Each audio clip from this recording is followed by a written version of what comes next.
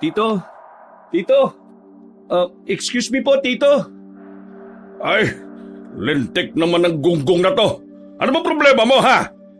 Nakita mo na nagre-relax ako, lilitaw ka dyan sa gilid. Eh kung hampalusin kaya kita ng lamesang to, ha? Pasensya na po, Tito. Pumunta ka lang ba dito para manghingi ng pasensya? Sigurado ka ba talaga sa ginagawa mo, ha? Pinabanas mo ba talaga ako? Ano ba kailangan mo? Gusto ko lang naman pong umingi sana ng bigas. Wala na po kasi kaming bigas ni Jepoy. Kahit po isang basong bigas lang. Lintik ka naman pala talaga eh!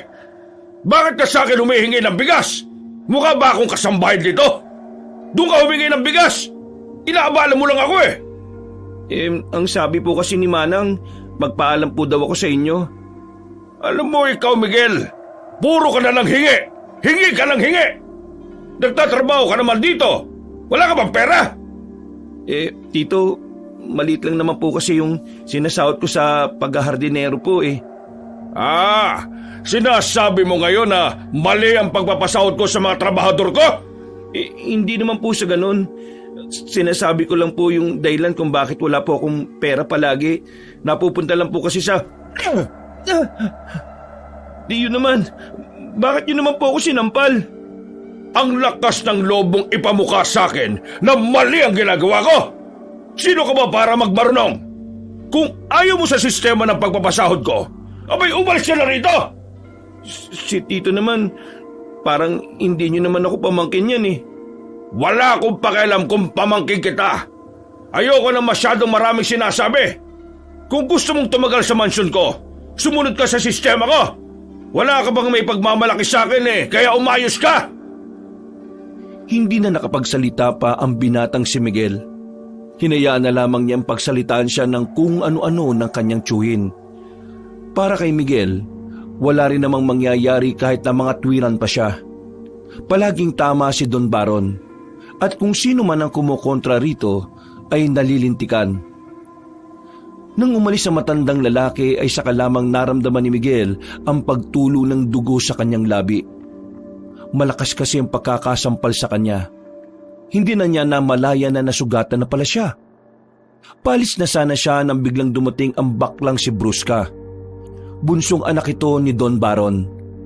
Nakita siya nitong may dugo sa bibig. Kaya naman agad siya nitong nilapitan. OMG! What happened? May bloody-bloody ang lipsi mo, Insen. O maybe, sinupukan ni Pudrakels, no? Why? Anong kasalanan mo sa matanders na yarn? Kasi, hihingi sana ako ng bigas. Naistorbo ko siya sa pagre-relax niya. Just ka, Insen. Di ba I told you, if you want bigas, find me. I will give you more bigas. Nakakaya naman kasi sa iyo eh. Natutulog ka pa, i-storbing pa kita. Kesa naman na jojombag ka ng bonggang-bonga, di ba? Oh, follow me. Gegetsong kita ng bigas para makalafang na kayo ng broda mo. Insan, bakit ba ang bait mo? Me? Mabait? No. Kung mabait ang cash, hindi ang relisyo sa akin ang pudang. Mali ka. Kaya nga siya galit sa'yo eh. Kasi mabait kang tao. Ay nako, angry siya sa akin na malala. Because isa akong Juding, Baklush, Becky, and so on and so forth. That's the only reason, no? And I don't care. I don't care anymore, more na, no? Basta, magpakatotoo ka lang sa sarili mo. Ang mahalaga naman eh, alam mo sa sarili mo ang halaga mo. Ngumiti na lamang ng papilitang baklang si Brusca. Maya-maya ay nakakuha na rin naman ng bigas ang binatang si Miguel. Umuwi siya sa bahay nila. Masaya siya dahil sa wakas, meron na rin silang pangsaing ng kanyang kapatid na si Jepoy. Kuya, buti naman nabigyan ka ni Tito ng pangsaing natin. Pero, bakit ka may sugat sa labi? Sinaktan ka ba niya, kuya? Ay nako, wala to. Nauntog lang ako kasi kanina. Kuya, kilala po kita eh. Alam ko po kung kailan ka nagsasabi ng totoo at hindi. Huminga ng malalim ang binatang si Miguel. Alam niyang hindi siya makakapaglihim sa kanyang kapatid. Kaya wala na siyang magagawa kundi ang aminin na lamang ang totoo. Kanina, naistorbo ko kasi si Tito Kaya ayun, nainis na naman. Kaya ikaw, Jepoy ha, kahit na ano pa ang dahilan, wag kang mananakit ng tao. Maliban na lang kung kailangan mong protektahan ng sarili mo. Kahit po anong mangyari, hindi ko po gagayahin si Tito. Masama po ugali niya at lagi po siyang nananakit ng tao. Kaya nga dapat maging mabuti ka sa mga taong mabubuti rin sa'yo. Paano naman po sa mga taong masasama sa akin? Di, ipagdasal mo na lang sila sa Diyos. Ang Panginoon na bahalang humusga sa kanila. Oh, doon ka na sa loob. Mausukan ka rito. Sinimulan na ng binata ang pagsasalang ng kanilang pagkain. Mga ilang minuto lang naman ay naluto na rin yon. Sabay silang kumain. Kahit nilagang saging at isdang tuyo lang ang kanilang ulam, nagagawa na nilang makontento. Mahirap ang buhay nilang dalawa. Mula nang mawala ang kanilang mga magulang noong kasagsagan ng bagyo, ganito na ang kanilang buhay. Pero hindi yun naging hadlang para sa magkapatid para magpatuloy sa kanilang buhay. Sa katunayan, kahit na inaalipos na sila ng kanilang sariling kamag-anak, patuloy silang lumalaban sa buhay. Oh, Jepoy, dito ka lang ha. Gabi na, wag ka nang lalabas. Sige ka, kapag lumabas ka, baka kainin ka ng aswang. Kuya, totoo po ba talaga ang aswang? Oo, Jepoy, at kakainin nila ang laman loob mo. Tapos, yung katawan mo, gagawin nilang nilaga. Kakainin ka nila. Uy, kuya naman, tinatakot mo naman po ako Hindi kita tinatakot. Totoo mga aswang. Kaya kapag nagpasaway ka, kakainin ka talaga nila. O sige na, aalis na muna ako. Extra lang ako kina Mang Loloy. Manghuhuli kami ng hayop sa gubat para maibenta. Dagdag kita rin yun. Sige kuya, mag-iingat ka po Huwag ka rin makulit kasi baka kainin ko rin ng aswang. Nako, kayang-kaya ko yung mga aswang na yun, no? Natatawa na lamang si Miguel sa kanyang nakababatang kapatid. Naniniwala kasi talaga sa kanya si Jepoy kahit na alam naman ni Miguel sa sarili na kwentong bayan lang ang tungkol sa mga aswang. Hindi siya naniniwala sa mga ganong klase ng nilalang. Yun ang dahilan kung bakit malakas ang loob niyang sumama sa pangangaso kahit malalim na ang gabi. Hindi naman din malaki ang kinikita niya sa pangangaso. Naghahati-hati pa rin kasi sila ng mga kasama niya. At kung minalas-malas pa, mga palakang bukid lang ang kanilang nahuhuli. Pinakamahal na nahuhuli nila ay baboy ramo o kaya naman sawa. Himala yata na hindi ka na late ngayon, Miguel. Kasi tinakot ko na naman yung kapatid ko tungkol sa mga aswang Kaya ayun, pumayag agad na umalis ako. Epektibo talaga yung mga aswang, Mang Loloy no? Ay nako. Huwag mong binabanggit-banggit lagi sa bata ang aswang. Bakit naman po? Noong mga bata pa kami, ang sabi ng lola namin sa lolo namin, hindi dapat ginagawang panakot sa bata ang aswang.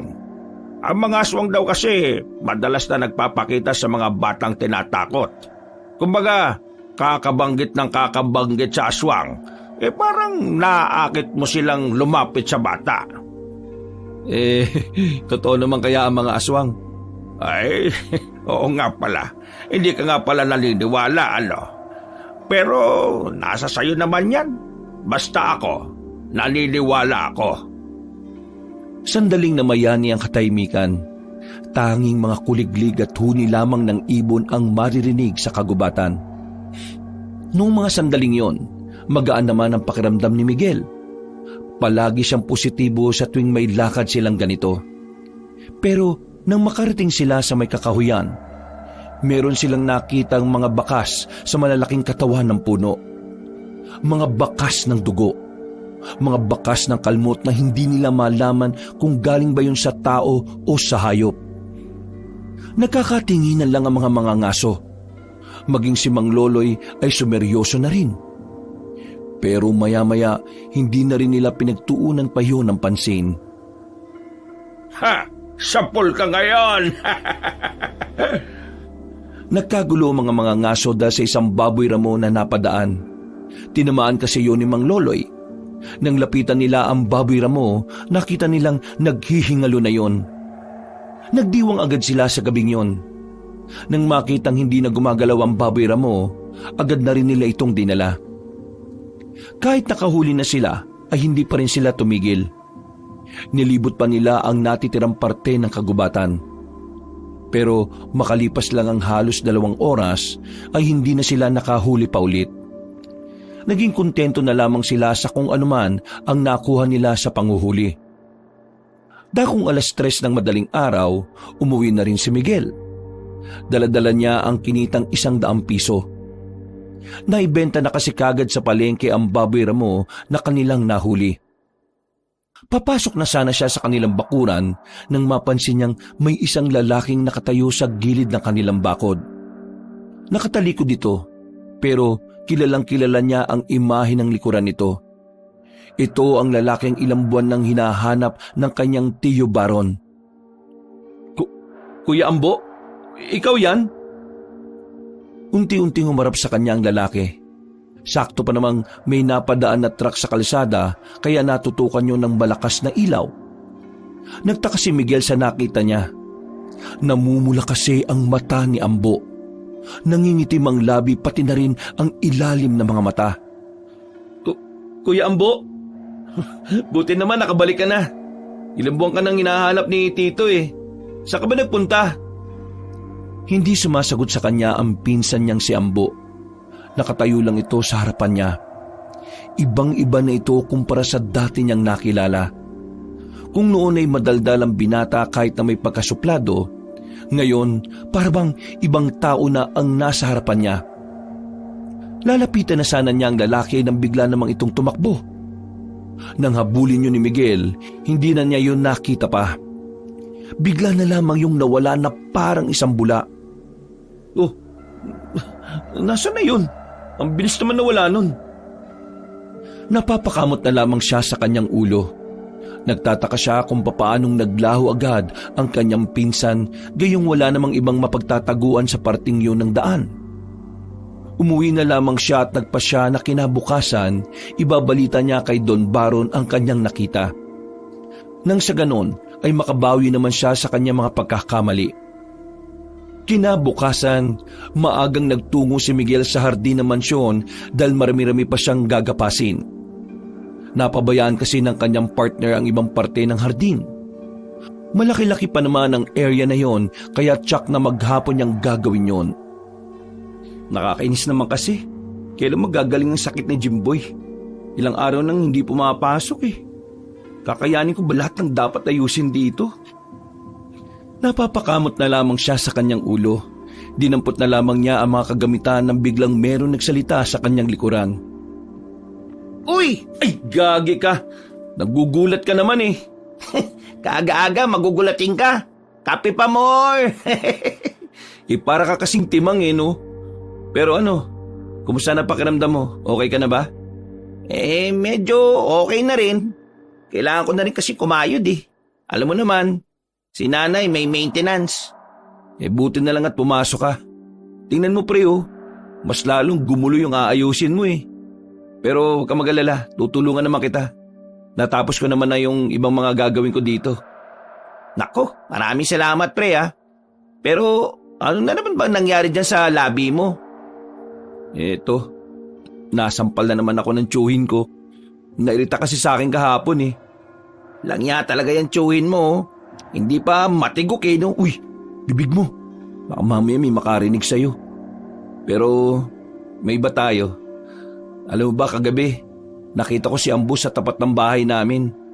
Ibig ko sabihin, sa gilid, sa may bakod namin, sa labas. Ha? Sigurado ka ba dyan? Oo pre, kilalang kilala ko naman si Ambo, ano ka ba? Umarap pa nga nung tawagin ko eh. Kaso, may kakaiba sa kanya. Kakaiba? Paano kakaiba? Teka. Bakla na rin siya gaya ni Bruce ka? Baliw. Hindi. Nagsasabi mo. Nakita ko kasi siya na parang namumula yung mga mata. Nangingitim yung labi tapos yung ilalim ng mga mata niya ganun din. Adik na si Ambo? Lulong? Ganon? Hindi naman siguro adik. Sabi mo namumula mga mata, tapos nangingitim yung ilalim ng mga mata. Di malamang walang tulog yun. Mga adik, ganon. Paano yung nangingitim na labi? Nakipaglaplapan sa pusit. Aba, ewan ko. Pre, tingin mo, matutuwa sa akin si Tio kapag sinabi ko sa kanyang nakita ko si Ambo pero may kakaiba? Yan ang hindi ko masasabi. Kilala mo naman ang tsuhin mo. Ayaw na ayaw nun ng bad news. Siguro kung sasabihin mo, wag mo na lang sabihin yung tungkol sa napansin mong kakaiba. Sabihin mo na lang, biglang tumakbo. Ganon. Maniniwala kaya yun? Kulit mo. Subukan mo para malaman mo, syempre. Napapailing na lamang din si Miguel. Medyo kinakabahan kasi siya sa maaaring maging reaksyon ng kanyang tsuhin. Batid niya kapag nakarinig ito ng bagay na hindi niya gusto, agad na uusok ang ilong nito sa galit. Pero sa kabilang banda, naisip niya rin na pagkakataon na rin niya yun para makapagpabango ng pangalan kay Don Baron. Kaya naman nang dumating ang tanghali at kailangan na nilang mag-break time, pasimpleng naglakad ang binata patungo sa loob ng mansyon. Nakita niya nagbabasa ng dyaryo ang kanyang tsuhin. Nilakasan na lamang niya ang kanyang loob. Tito, pwede ko po ba kayo maistorbo? Meron lang po sana kung sasabing mahalaga sa inyo. Mahalaga? Tungkol na naman sa paghingi mo ng bigas yan?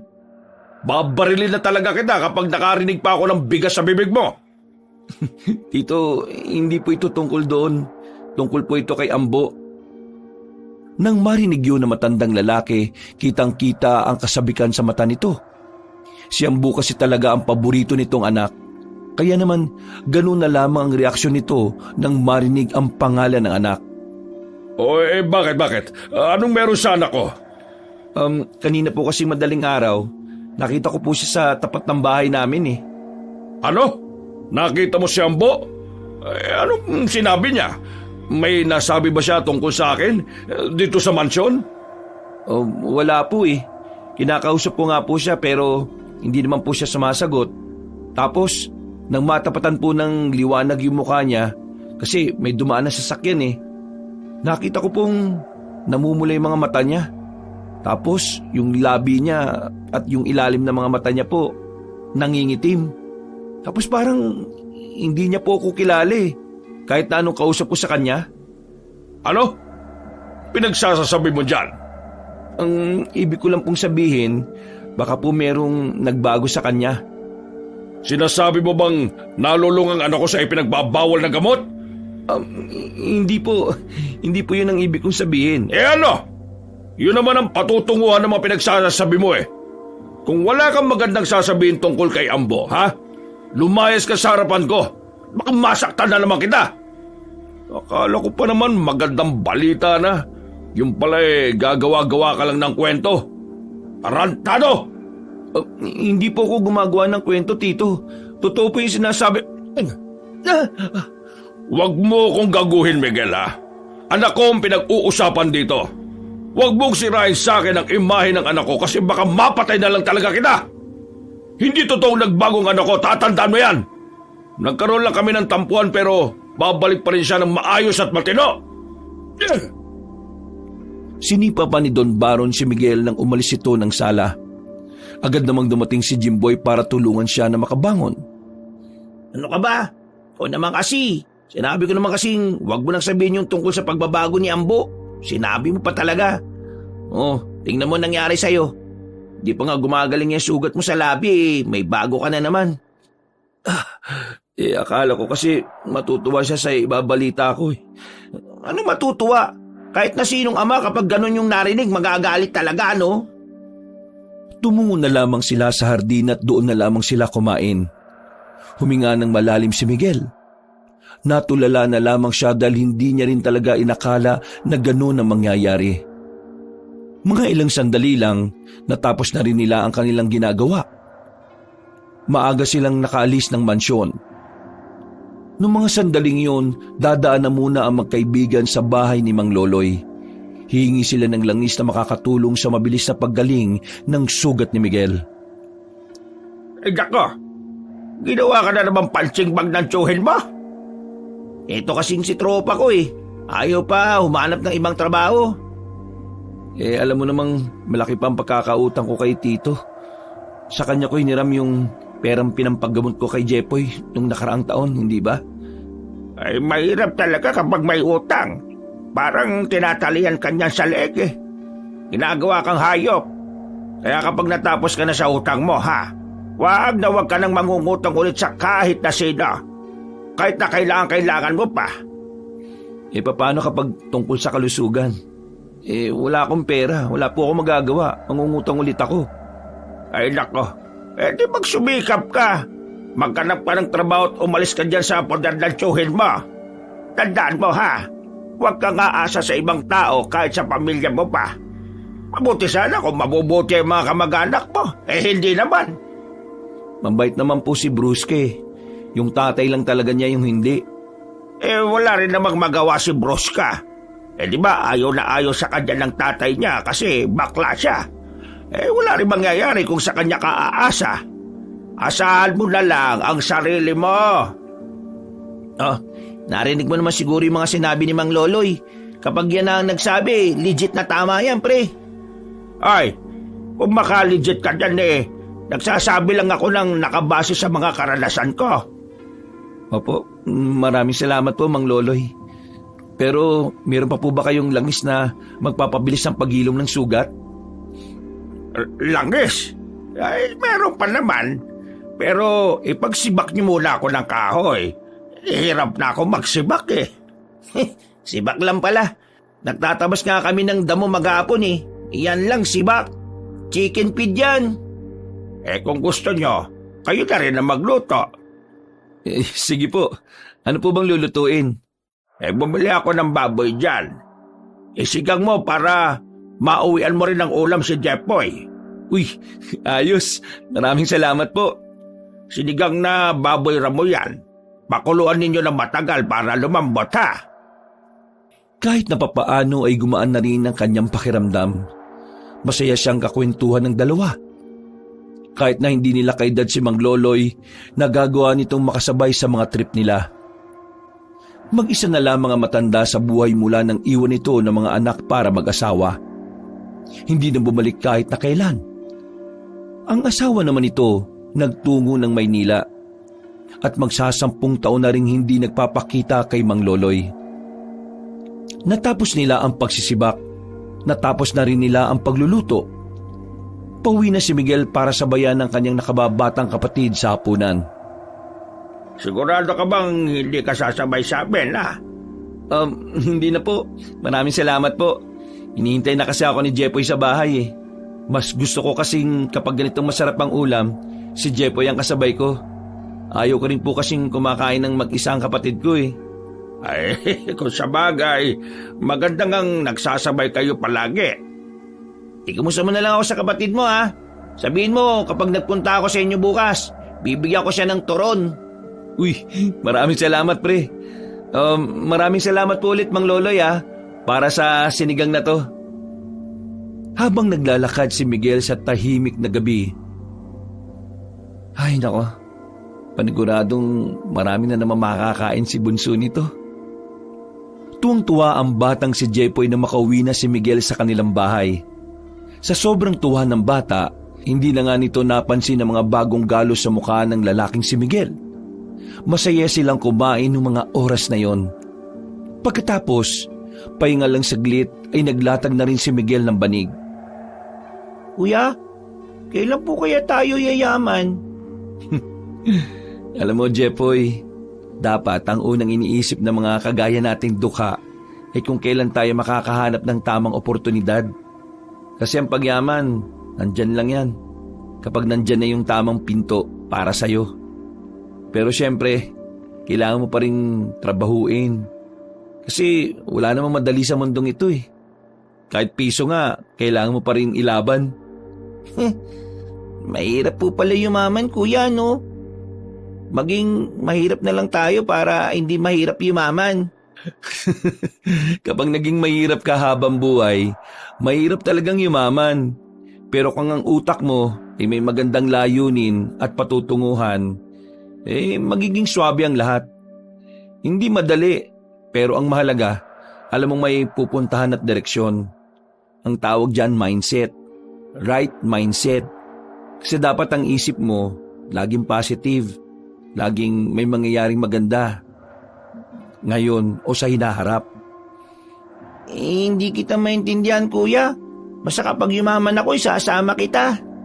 Nako, dapat lang no, kuya mo ako eh. Ay nako, hindi mo pa talaga maintindihan ngayon, Jepoy.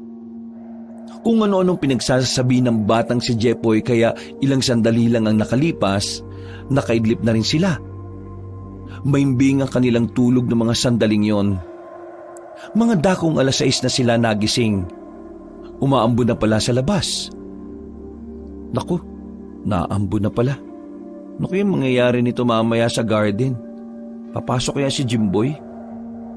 Kuya, huwag ka na kaya pumasok ngayon. Masama po ang panahon eh. Baka po makidlatan kayo. Uy, nagising ka rin tuloy. Hindi naman siguro kami makikidlatan. Kailangan kasi talaga naming matapos yung ginagawa namin sa hardin eh. Doon kasi gaganapin yung kaarawan ni Tito. Ay, ganun po ba? O paano, dito ka lang muna ha. Ibibili lang kita ng pandesal. Sige po, magdala ka po ng payong, kuya. Kinuha ni Miguel ang payong na nakasabit sa gilid ng bahay nila. Sira-sira na ang tangkay ng mga payong na yon. Pero wala siyang magagawa kundi ang pakinabangan na lamang ito. Lumabas siya ng bahay at nagtungo sa malapit na bilihan ng pandesal. Sa hindi inaasahang pagkakataon, nakita niyang binabasto sa tindahan si Bruska. Inaasar ito ng mga tambay na amoy alak. Kesa naman mga peslak niyong lokpo. Walay nagganap sa life. Bigat pa sa mga family. Ay nako, Diyos ko. Di pa naging pataba sa lupa mga mukhang monsters na ite. Uy, kayo. Kung wala kayong magawang maganda sa mga buhay nyo ha, huwag kayong mandadamay ng iba. Wala namang ginagawa si Bruska sa inyo eh. Mas na nga kayo rito. Nakakaharang lang kayo sa tindahan eh. Ano, di kayo alis? Alis! Ahambalusin ko kayo dyan eh. Alis na! Agad-agad na nag-alisa ng mga yon nang humawak ng kahoy si Miguel. Nakahinga naman si Bruska ng maluwag dahil sa kanyang ginawa. Lagi ka bang pinag-iinitan ng mga yon? No care naman ang beauty ko sa kanila, no? Kahit how many times nila keshwarlahin, go lang ang palaban na bakla na ite, no? Sabi mo lang sa akin kapag sinaktan ka ng mga yon ha. Mayayari talaga sila sa akin. Super duper thank you, Insen. Don't chawawi. Goods na goods naman na cash, no? Kaya ko ang self ko. Kung hindi, edi tegi. Ay, siya nga pala, Bruska. Si Ambo. Nakita ko sa amin noong madaling araw. Munti ka na mabitiwan ng beke na si Bruska ang hawak-hawak nitong pagkain. Nabigla ito hindi dahil masaya itong malaman ng bagay na yon, kundi dahil natataranta ito sa posibilidad na makakasama na naman niya ang kanyang kuya. Oh, bakit hindi kaya masaya? How can I be happy? Siya yung mini-mini pudang. Akala mo good boy ang Totoy? No! Pag wala siyang magawa, ako yung punching bag ng loka. Ha? Talaga? Parang hindi ko naman nakikitang ginagawa niya yon. Malamang. Don't niya ipapashow sa madlang people ang kanyang lihim na personality. Kaya ang aking beauty, bugbog ng brother kong enemy. Mali pa lang pagkakakilala ko sa kanya. Akala ko suplado lang siya. See? Hindi mo siya knows ng fully, no? Kung truth man na side song mo siya, nako, finish na naman ang beauty cash. Baka jombagin ng malala na naman ako ng Totoy na yon. Kapag ginaganon ka niya, matuto ka kasing lumaban. Hindi ka niya masasaktan kapag alam niyang kaya mong pumalag eh. Sos, ikaw nga eh. Doon ka naman makafight kay Pudra. Kahit lagi ka niyang hina-hurt. Do ka ba? Iba naman yun. Wala akong choice eh. Kapag lumaban ako, mawawalan ako ng trabaho. At kapag nawalan naman ako ng trabaho, paano naman si Jepoy? Ako lang naman ang inaasahan niya. Isang malalim na paghinga na lamang ang kanyang ginawa. Nang matapos ang kanilang pag-uusap ay agad naman silang naghiwalay ng landas. Binalikan na lamang niya ang kanyang kapatid at sabay na rin silang nag-almusal. Pagkatapos kumain ay nagtungo na rin si Miguel sa mansyon para magtrabaho. Naroon na si Jepoy ng mga sandaling yon. Nasa garden pero hindi makapagsimula ng trabaho. Tahimik lang, parang balisa. Kaya naman ipinagtaka na yun ni Miguel. Uy, anong problema? Pre, mukhang totoo nga yung sinabi mo. Totoo alin? Si Ambo, bumalik na. Ibang-ibang kilos at ugali. Pati yung sinasabi mong namumula yung mga mata. Totoo. Yung nangingitim ang labit ilalim ng mga mata. Totoo rin. Namumutla rin ang buong katawan. Akala mo hindi naaarawan eh. Tapos, para siyang maaagnas na. Maging si Miguel din ay nahiwagaan ng mga sandaling yon dahil sa kanyang mga nabalitaan. Maya-maya pa, naririnig na niya ang malakas na boses ni Ambo sa loob. Para itong naghahanap ng makakain, nagdatabog, nagwawala. Oh, narinig mo yung mga pagbabasag ng mga gamit niya? Oh, ganyan na siya. Para siyang ibang tao na. Ano kaya nangyayari sa kanya? Bakit para siyang naging siraulo? Suplado lang naman siya dati, di ba? Nagtataka nga rin ako eh. Hindi naman siya mukhang adik, pero halatang merong nagbago talaga sa kanya. Nung umagang yon, hindi nakafocus ang magkaibigan sa kanilang ginagawa. Kada galaw kasi nila ay maririnig nila ang tinig ni Ambo na laging nagagalit. Hindi nila marinig ang tapang ni Don Baron. Kaya noong mga oras na yon, nababahala na rin ang dalawa na baka mapagbuntungan sila ni Ambo. Kaya naman, mas binagalan nila ang kanilang pagtatrabaho para nasa hardin lang sila. Mga bandang hapon, Bigyan niyo ako ng ilaw na manok! Nagugutom ako! Nagugutom ako! Hoy! Ano bang tinitingin-tingin niyo dyan? Mga kasambahay!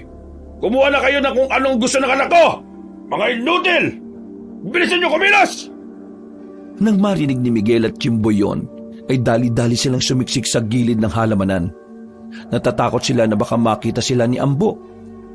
Alam nilang magtitripan sila nito sakaling pumunta si Ambo sa garden. Nang sumilip sila, nakita nila si Don Baron at Ambo na patungo nga sa kanilang kinaroroonan. Pinagpapawisan na sila, pero biglang dumating ng mansyon ang baklang si Brusca. Hoy, kapatid! Halika nga! Namiss kita sobra eh. Saan ka ba galing at bakit ngayon ka lang? Kanina ba kita iniintay ah? Diyos ke, nandito ka na Mers. Way so smelly ng hininga mo, Bex. Malansa, para kang fish na walay ligo. Hoy, may sinabi ba akong pwede ka sumagot ng ganyan sa akin? May sinabi ba ako? Nagulat sila Miguel at Jimboy nang makitang biglang hinawakan ni Ambo sa leeg ang kapatid nito. Malakas nitong idinikit sa pader si Brusca. Uy, ano gagawin mo?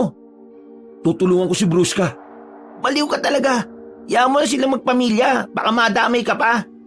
Hindi ko kayang makita na ganyan, pre. Tingnan mo si Tito, oh. Wala siyang pakialam. Iisipin mo na lang ang kapatid mo. Uy! Hindi na nagpapigil ang binatang si Miguel. Lumabas na sila sa kanilang pinagtataguan at matapang na lumapit doon. Nang makita siya ni Ambo, ay saka lamang binitiwan si Brusca. Tsaka mong person ka, yayakapin mo na lang Kesh sa liig pa. Ambo, hindi naman yata tama yung ginagawa mo sa kapatid mo. Oh, Miguel! Nagkita tayo nung madaling araw, di ba? Ay teka, bakit ka pala nakikialam sa aming magkapatid? Gusto mo ba na sa'yo ko na lang gawin yung ginagawa ko sa kanya ngayon? Hindi naman sa ganon. Ang sa akin lang, wag naman sana kayo magsakitan. Kawawa naman kasi si Brusca. Hindi naman kasi lalaban sa inyo yan. Kaya gusto mong ikaw na lang ang lumaban sa akin? Mukhang may bitaw ka eh. Hindi naman sa ganon, Ambo. Hoy! Ikaw! Ang kapal ng mukha mong makisali sa usapan ng magpapamilya. Sino ka ba dito, ha? Magpapamilya po bang nagsasakitan? Ay! Ayoko sa lahat yung nakikisali.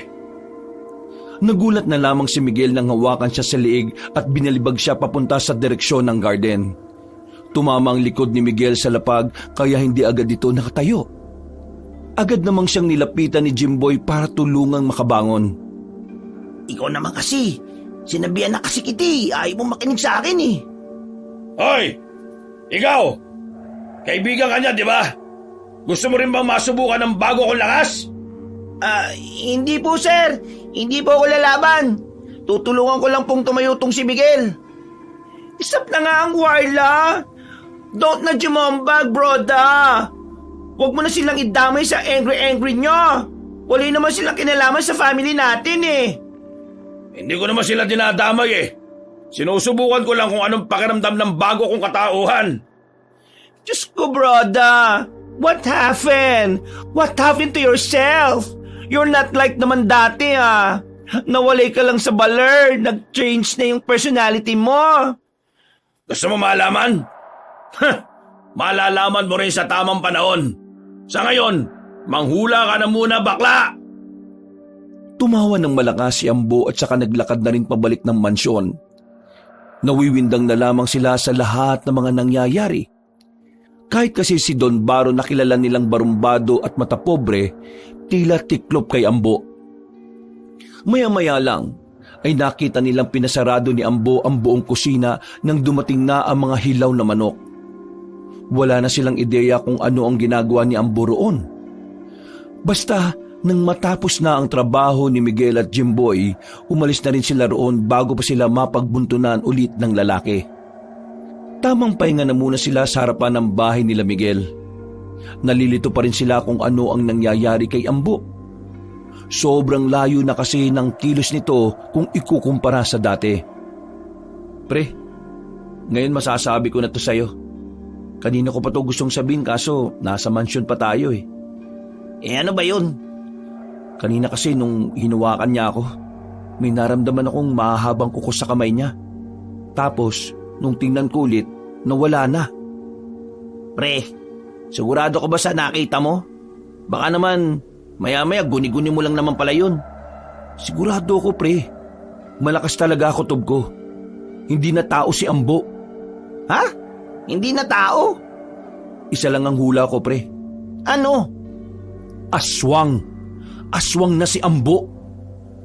Hindi agad nakapagsalita ang lalaking si Jimboy ng mga sandaling yon. Pero kitang-kita ni Miguel ang takot at kaba sa kalooban ng kanyang kaibigan. Kahit din naman si Miguel, nag-aalangan pa siyang isipin ang bagay na yon. Kinagabihan. Gabi na! Bakit narito na naman kayo? Higi na naman ba kayo ng langis? Ay, hindi po. Itong si Miguel kasi may gusto lang pong malaman. Malamang tungkol saan? Mang Loloy, di po ba may nalalaman po kayo tungkol sa mga aswang? Oo, meron nga. Pero bakit kayo naging interesado sa mga aswang? Si Ambu po kasi, yung anak ng tiyuhin ko na matapobre, nagbalik na ulit sa mansyon. Pero kakaiba na po yung kinikilos at ugali niya eh. Yung mga mata niya po, namumula. Tapos, para siyang laging galit. Nakita pa nga ni Miguel na humaba raw yung kuko ni Ambo eh. At ang mas nakakapagtaka pa po, nagpakuha pa ng mga hilaw na manok si Ambo. Tapos, dinala sa kusina. Isinarado yung kusina. Pagkatapos, wala namang pagkain na niluto. Mang Loloy, posible po bang aswang na si Ambo? Sa sinabing yun ng dalawa, sandaling natigilan ng matandang lalaki. Umupo ito sa hagdanan. Napatingin sa ibaba at parang malalim ang iniisip. Ang magkaibigan naman ay nag-aabang lang ng sasabihin ni Mang Loloy. Alam niyo, hindi ako eksperto sa mga ganyang bagay, ha? Pero may nagsabi sa akin ng mga kakilala ko noong nasa Aklan pa ako. Ang sabi, ang isang tao pwede naman daw maging aswang. May dalawang uri kasi ng pagiging aswang eh. Yung isa, natural. Kumbaga, noong ipinanganak siya, aswang na siya dahil nasa lahi nila yon. Yung isa naman, hindi natural. Yung hindi natural, ito yung mga ginagawa ng mga aswang parang isang tao, gagawin nilang kauri nila. Kung ganun, pwedeng ganun din yung nangyari kay Ambo? Ay, hindi naman tayo po pwede magsabi na aswang nga ang lalaking sinasabi niya. Hanggat wala pa kayong matibay na ebidensya, hindi natin pwedeng sabihin na aswang nga talaga siya. Hindi ba matibay na ebidensya yung mga kinikilos niya ngayon? Pati na rin yung kakaiba niyang lakas? Ang pinakamagandang ebidensya, aktuhan nyo na aswang na nga siya. Tapos, kunan nyo ng picture. Yun ang pinakamabisang ebidensya. Nako, mukhang mahirap yung ganyan. Isa pa, wala naman kaming camera. Cellphone nga wala eh.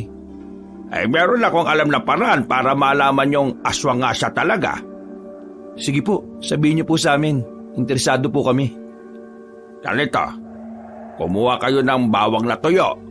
Yung binilad sa araw, hindi yung pinrito ha. Yung bawang na tuyo, ilalagay nyo ilang metro ang pagitan sa kanya. Kasi kapag naamoy na yun, makikita nyong reaksyon niya. Hindi po ba kami mapapahamak dyan? Mapapahamak kung hindi kayo mag-iingat. Nagkatinginan na magkaibigan. Noong mga sandaling yon ay nabuo na ang kanilang loob. Kahit na alam nilang malalagay sa alanganin ng kanilang sarili, gagawin pa rin nila yon. Inaalala kasi nila na baka makapanakit pa ng ibang tao ang pinsan ni Miguel. O ganito ang gagawin niya kung sakaling aswang nga yung pinsan mo, Miguel. Kapag natapos yung ilagay yung bawang, umalis na kagad kayo at huwag na muna kayong pumunta sa mansyon. Dahil maaamoy niya yung bawang sa kamay ninyo. Sige po, maraming salamat po Mang Loloy. Tatandaan po namin yung mga sinabi ninyo. Hindi na rin naman sila nagtagal sa bahay ni Mang Loloy at umuwi na rin sila. Pagdating ni Miguel sa kanilang bahay, inabutan nila si Brusca sa tapat nila. Nasa labas ng bakuran, umiiyak at mayroong sugat sa bandang braso. Vincent! Help me! Oh, bakit ka umiiyak? Teka, anong nangyari dyan sa braso mo? Sinaktan ka ba nila? Vincent, I think Kuya is a monster. Teka, anong nakita mo? Kanina, while talk show kami sa aking room, humaba ng bongga ang kanyang Kuko Martin. Kinalmot mi sa pes, pero nakailag akis. Kaya ite, sa braso akis tinamaan.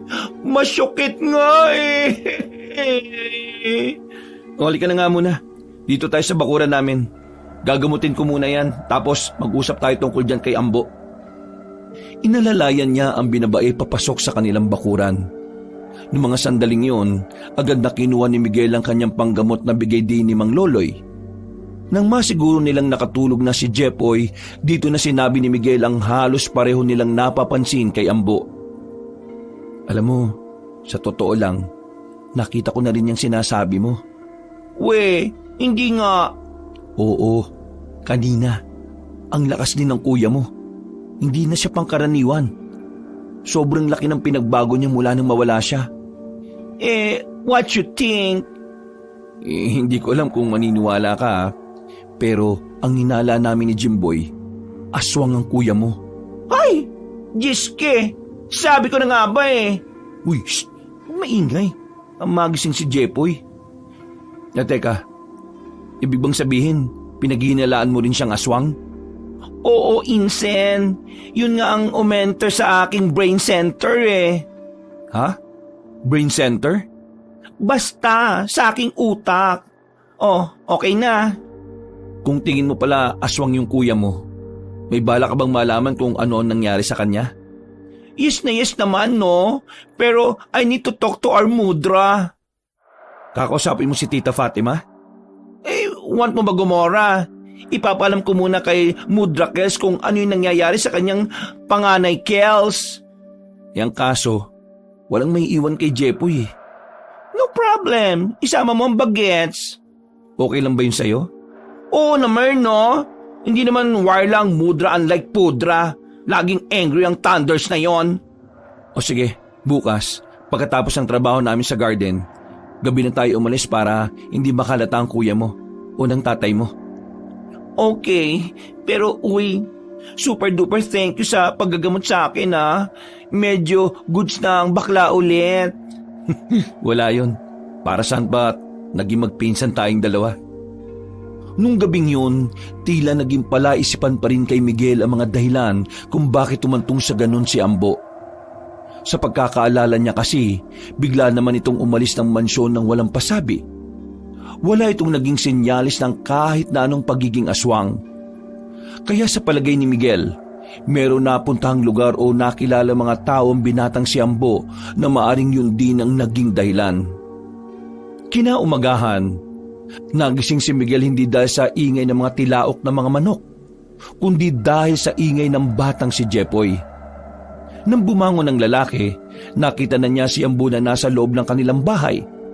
Nakaupo sa harapan ng lamesa at merong kinakain na hindi niya naman matukoy. Ay, magandang umaga sa pinsan kong may malasakit kay Bruce ka. Anong ginagawa mo dito? Bakit ka pumasok sa bahay namin nang hindi nagpapaalam? Ha! Nakakalimutan mo na ba? Pagmamay-ari ito ni Mama. Pinahiram lang sa tatay mo. Kaya sa madaling salita, may karapatan din ako rito. Isa ba? Ikaw nga pumapasok ka ng mansyon nang hindi nagpapaalam sa akin eh. Nung nawala ko, malamang sa malamang, lagi ka rin nasa bahay namin. Ano bang kailangan mo at bakit ka narito? Sabihin mo na, natatakot na yung kapatid ko sa iyo, no? Hindi ko ba alam dyan sa kapatid mo kung bakit siya natatakot? Pinakita ko lang naman sa kanya yung ano ko. Ang ibig ko sabihin kung ano ang tunay kong ugali. Sige na, umalis ka na kung wala ka namang kailangan. Tumayo si Ambo at agad itong lumapit sa kanya. Tumingin ito ng seryoso at diretso sa kanya. Nakaramdam ng kaba si Miguel, lalo na nang maamoy niya ang kakaibang lansa na nanggagaling sa hininga ng kanyang pinsan. Ang kailangan ko, manahimik ka lang. Yun lang ang kailangan ko, Miguel. Manahimik? Hindi kita maintindihan. Ano bang sinasabi mo? Huwag kang makikialam sa pamilya namin. Lubayan mo si Bruce ko kung ayaw mong hindi ko rin lubayan ang kapatid mong yan. Kuya, nakakatakot po siya. Palabasin niyo na po siya dito. Ako? Nakakatakot? Bakit ka naman matatakot sa akin wala pa naman akong ginagawa? Masama ka eh. Masama ka. Ako? Masama? Huwag mo na siyang lapitan. Tigilan mo na kami. O sige. Basta sundin mo ang sinasabi ko sa iyo, Miguel. Titigilan ko kayo. Pero ito ang tatandaan mo, Miguel. Palaging nasa panganib ang buhay ng mga may nalalaman. Padabog na sinara ni Ambo ang pinto nung lumabas ito. Tumatawang umalis ng bahay ang lalaking si Ambo. Agad namang nilapitan ni Miguel ang kanyang kapatid at niyakap ng mahigpit. Kuya, nakita ko po kanina.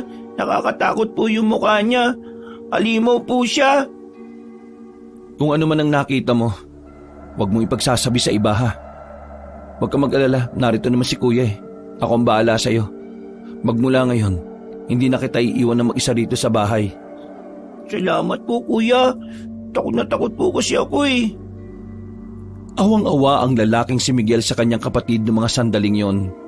Pero dahil sa mga sinabi nito, dito na niya napagtanto na totoong aswang nga talaga si Ambo. Hindi pumasok sa pagtatrabaho sa hardin si Miguel noong mga oras na yon. Sa takot niya, kinuha niya si Jepoy at dinala niya muna ito kay Mang Loloy. Sigurado ka ba na hindi ito iiyak sa akin, ha? Hindi naman po. Kilala na po kasi kayo ni Jepoy. Kasi minsan nakukwento kita sa kanya eh. Ay, mabuti naman kung ganon. Jepoy, pasok nga muna sa loob. May pag-uusapan lang kami ng kuya mo, ha? Sige po, Mang Lolo. Loloy yon, Loloy. May letrang Y sa dulo. Sige na, pasok na. Pagkapasok ni Jepoy at pagkasara niya ng pinto, Tungkol ba sa aswang kaya dinala mo rito ang kapatid mo? opo, kanina kasing umaga, pumunta si Ambo sa bahay namin habang tulog ako. Iyak nang iyak yung kapatid ko eh. Ang sabi sa akin ni Jepoy, nakita niya mismo na bago raw yung itsura ng mukha ni Ambo. Nakakatakot daw. Kung ganun maganda ka na. Baka iniisip niya na nakakahalata ka na Yun nga po ang problema ko, Mang Loloy. Tingin ko talaga, nakakahalata na siya na pinagdududahan ko siya.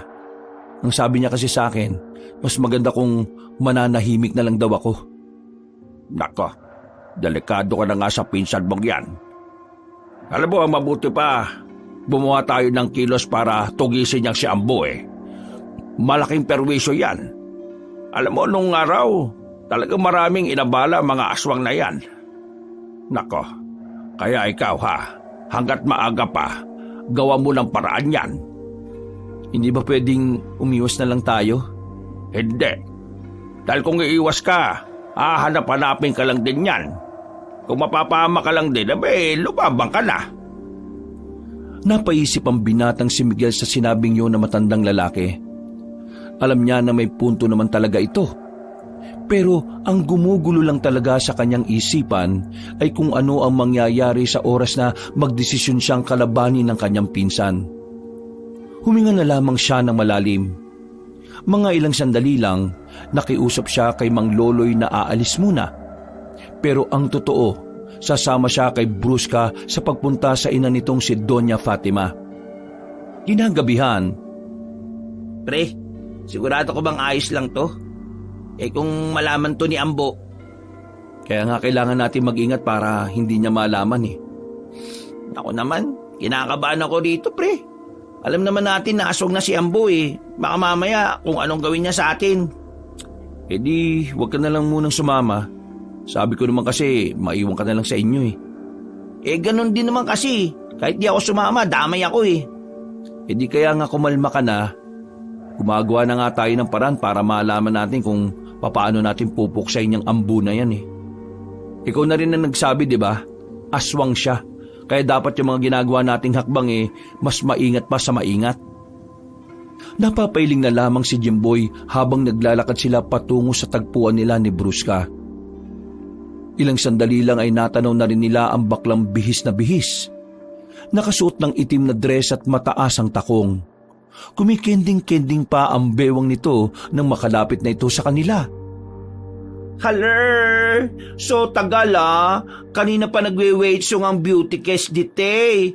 O ano, gora na ba as? Tara na, umalis na tayo bago pa makalata yung kuya mo. Okay, Aura. Nagmamadali silang naglakad patungo sa sakayan. Maswerteng walang nangyaring masama noong mga sandaling yon. Nakabiyahe sila at ilang minuto lang tumigil na ang tricycle sa harap ng isang malaking gate. Grabe, nakatira dyan si Doña Fatima. Mayaman din talaga ang mama mo no? Buti na lang talaga, naghiwalay sila ni Don Baron. Rich girl ang peg ng Mudrakels ko. Good thing, di siya pumayag na maging under ni Pader. Sana may alam ang mama mo kung bakit nagkaganon ng kuya mo. Para manos natin, gora na as. Let's enter the dragon.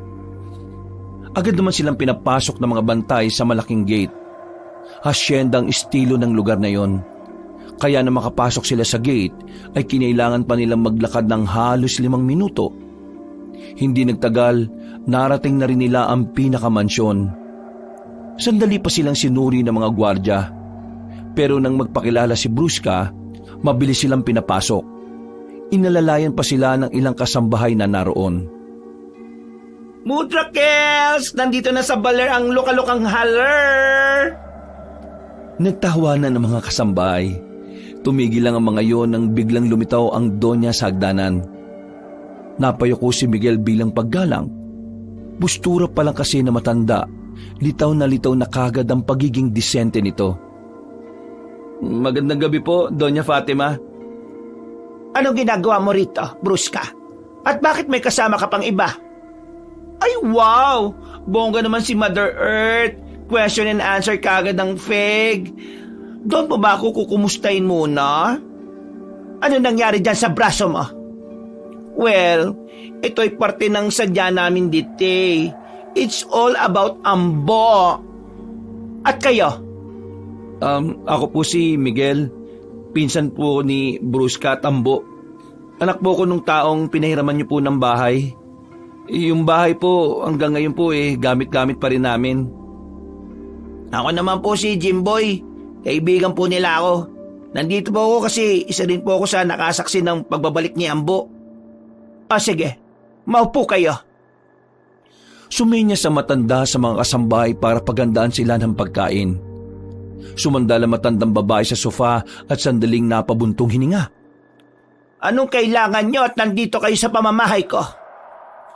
Mudang, want lang sana namin ask if meron ka bang knows kung bakit naging tuleg ang aking broda? Di ba nung nawali siya sa mansyon, pinaghahanap mo rin ng loko? Mudang, tell me, is there any information that we can use in our mission consummation? Bakit? Ano bang nangyayari kay Ambo? Miguel, Gora, tell the storytelling to the thunders. Ganito po kasi yon, Doña Fatima. Nung nakaraang madaling araw, nakita ko po siya. Pero nahalata ko na kagad na may kakaiba sa kanya. Tapos, nung nagbalik na siya sa mansyon, nag-iba na po yung ugali niya. Matapang, parang palaging galit kapag gutom. Tapos, ang nakapagtataka pa po, ang lakas-lakas niya. Nagawa niya nga po kung ibalibag gamit lang ng isang kamay. Hindi po kayo maniniwala pero nakita po namin na humahaba yung kuko niya. At yung mga mata, nanlilisik tapos kulay pula. Para siyang aswang. My gosh, Mudrakels, Pentakels, nosong mo rin? Nang pinahanap ko siya, nakita na siya ng mga tao ko. Nasa iisang lugar daw siya na kung saan mga aswang ang naroroon. Na-recruit ang kuya mo kasama mga kaibigan niya. Pero yung mga kaibigan niya raw, tinangkang tumakas. Pero siya, ginusto niyang maging kagaya ng mga aswang. Ay Diyos ko, why naman Delilah na pumayag siya na maging monster? Rebelde ang kuya mo noon pa. Matagal na niyang gustong magrebelde sa amin ng papa mo dahil naghiwalay kami. Ang nakikita kong dahilan kaya sa sumali sa mga aswang ay para magkaroon siya ng lakas at kontrol sa mga bagay na gusto niyang makuha. Pati na rin ang mga taong gusto niyang kontrolin at guluhin. Doña Fatima, delikado po si Ambo. Ngayon na kami palang nagagawa niyang saktan, ramdam na kagad namin na magiging banta siya sa buhay ng marami. Alam ko, kaya nga pinakilos ko na ang iba kong mga tauhan. Ang kaso, sa kasamaang palad, nagkaroon sila ng problema. Nang magbalik sila sa lugar ng mga aswang, wala na silang inabutang buhay. Patay na ang mga aswang, at ang pumatay sa kanilang lahat ay si Ambo mismo, ang kuya mo. Ay wow! Angas ng aurahan ni Broda ha? Why naman niya ginawa yon? Bad doing na yon. Ang hinala ko, gusto niyang siya ang maging pinuno ng mga aswang. Malamang yan, bubuo siya ng sarili niyang grupo. Hindi ko pa alam kung ano ang plano ng kuya mo. Ang tingin ko, ginagawa na lang niya yon dahil sa tawag ng pagiging aswang. Ano po kaya yung pwede nating gawin? Patahimikin si Ambo. Mudang? Are you serious? Wala naman na tayong magagawa. Kung hindi natin siya papatayin, maraming buhay ang mapapahamak. Kaya habang maaga pa, kailangan natin gumawa ng paraan. May naisip na po ba kayo? May nakausap akong albularyo. May alam siya kung paano papaslangin ang mga aswang. Bukas na bukas, total narito na rin naman kayo. Kayo na lang din ang uutusan ko. Hindi ko na pwedeng utusan ng mga tao ko dahil kabisado na ng mga aswang ang amoy nila. Kabisado na rin naman po ni Ambo yung amoy namin Pero alam naman natin na yung mga kasama ni Ambo ay hindi kayo kilala. At si Ambo ay sa mansyon lang naman palagi. Ibibigay ko sa inyo ang lugar kung saan niyo matatagpuan ang albularyo. Nakakatinginan ng tatlo ng mga sandaling yon. Nararamdaman na ni Miguel ang kaba. Alam niya na dito na magsisimula ang hakbang na gagawin nila laban kay Ambo. Pagkatapos ng pag-uusap na yon, lumabas na rin sila ng asyenda. Iniatid naman sila pero hanggang gate lang. Noong mga sandaling yon, kailangan nilang maglakad kahit na may kadiliman na. Malayo-layo ang kanilang lalakarin dahil walang dumadaan na tricycle. Scared pala, Akesh. Natatakot ka? Saan? Scared, Akesh, sa aura natin kontra Ambo and friends. What can I do? Syukla, Akesh. Lantang Pepay. Mainang bakla. Becky lang, Akesh eh. Wala, Akesh, kayang gawin. Baka maging heavy stone na pabigat lang, Akesh, sa inyo. Sinasabi mo ba yung mga yan kasi iniisip mo na ang dahilan bakla ka? Tumpak! Pak na pak! Kurak! Hindi mo dapat minamalit ang pagiging bakla mo, Bruska. Oo, bakla ka. Dapat ikaw ang unang magtataas sa sarili mo. Dahil alam mo naman na marami mga tao ang may ayaw sa mga kagaya mo. Pero hindi ka basta bakla lang, no? May purpose ka sa buhay. At hindi porke bakla ka, wala kang kayang gawin. Ito ang tatandaan mo Bruska, minsan, mas lalaki pa sa lalaki ang mga bakla. Maraming pagkakataon na mas nagpapakita pa ng tapang ang mga kagaya mo kaysa sa ibang lalaki na malalaki nga ang katawan, malalaki ang mga boses, pero wala rin naman. Kasi yun ang laging saying ni Pudrakel sa Akesh na ako backlush, kaya walay akong silbi. Hindi raw useful ang beautiful girl na kagaya Kesh. Ano mo, ever since mag-break ang pudang at mudang, tingin sa akin ni Pader isang salot, malas, baklang walang future, basura, patupon ng life, at higit sa lahat, don't niya raw ako naging anakish. Walay raw siyang anakish na bading. Kaya yon, when I look sa mirror on the wall, lagi kong nare-remember mga masasakit niyang reminders.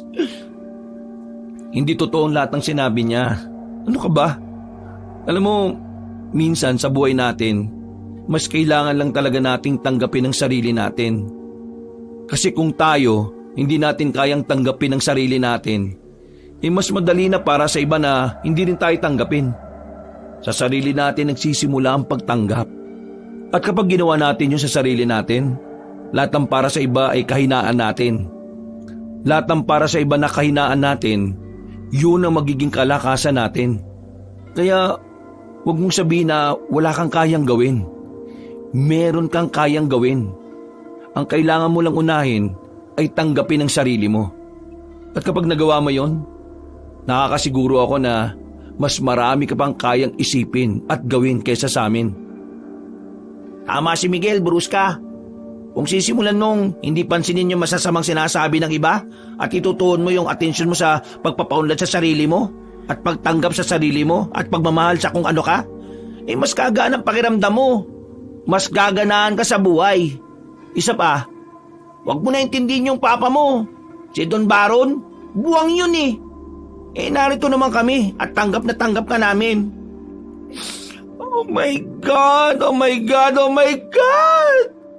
True ba ite? Diyos ko, gusto ko na yata mag-cry. Thank you, super duper You know what mga boylet? Sa mga sayings nyo, super gumaan ang feelings ng baklang to. Maraming thank you talaga. Tatandaan ko mga sinabi nyo, mga box. Yan ang gusto ko sa'yo. Nakangiti nilang tinapos ang kanilang pag-uusap. Nang makarating na sila sa kanilang lugar, ay agad na rin silang naghiwalay sa kanto. Tinahak na ni Miguel ang daan patungo sa bahay ni Mang Loloy. Nang makarating siya roon, ay sakto namang gising pa ang matanda. Meron itong inilalagang karne, kaya sinamahan na muna niya ito saglit. Si Jepoy, nakatulog na maaga kanina. Napagod ba na makakalaro dito? Inawa ba naman kabayo yung mga kambing ko eh? Mabuti naman po kung ganon. Maraming salamat po, Mang Loloy ha. Kumusta naman ang lakad mo, Miguel? Ayun po, nakausap na po namin si Doña Fatima. Asawa ni Don Baron. Alam niya yung tungkol sa nangyayari kay Ambo. Ano naman ang sabi ng matandang yon?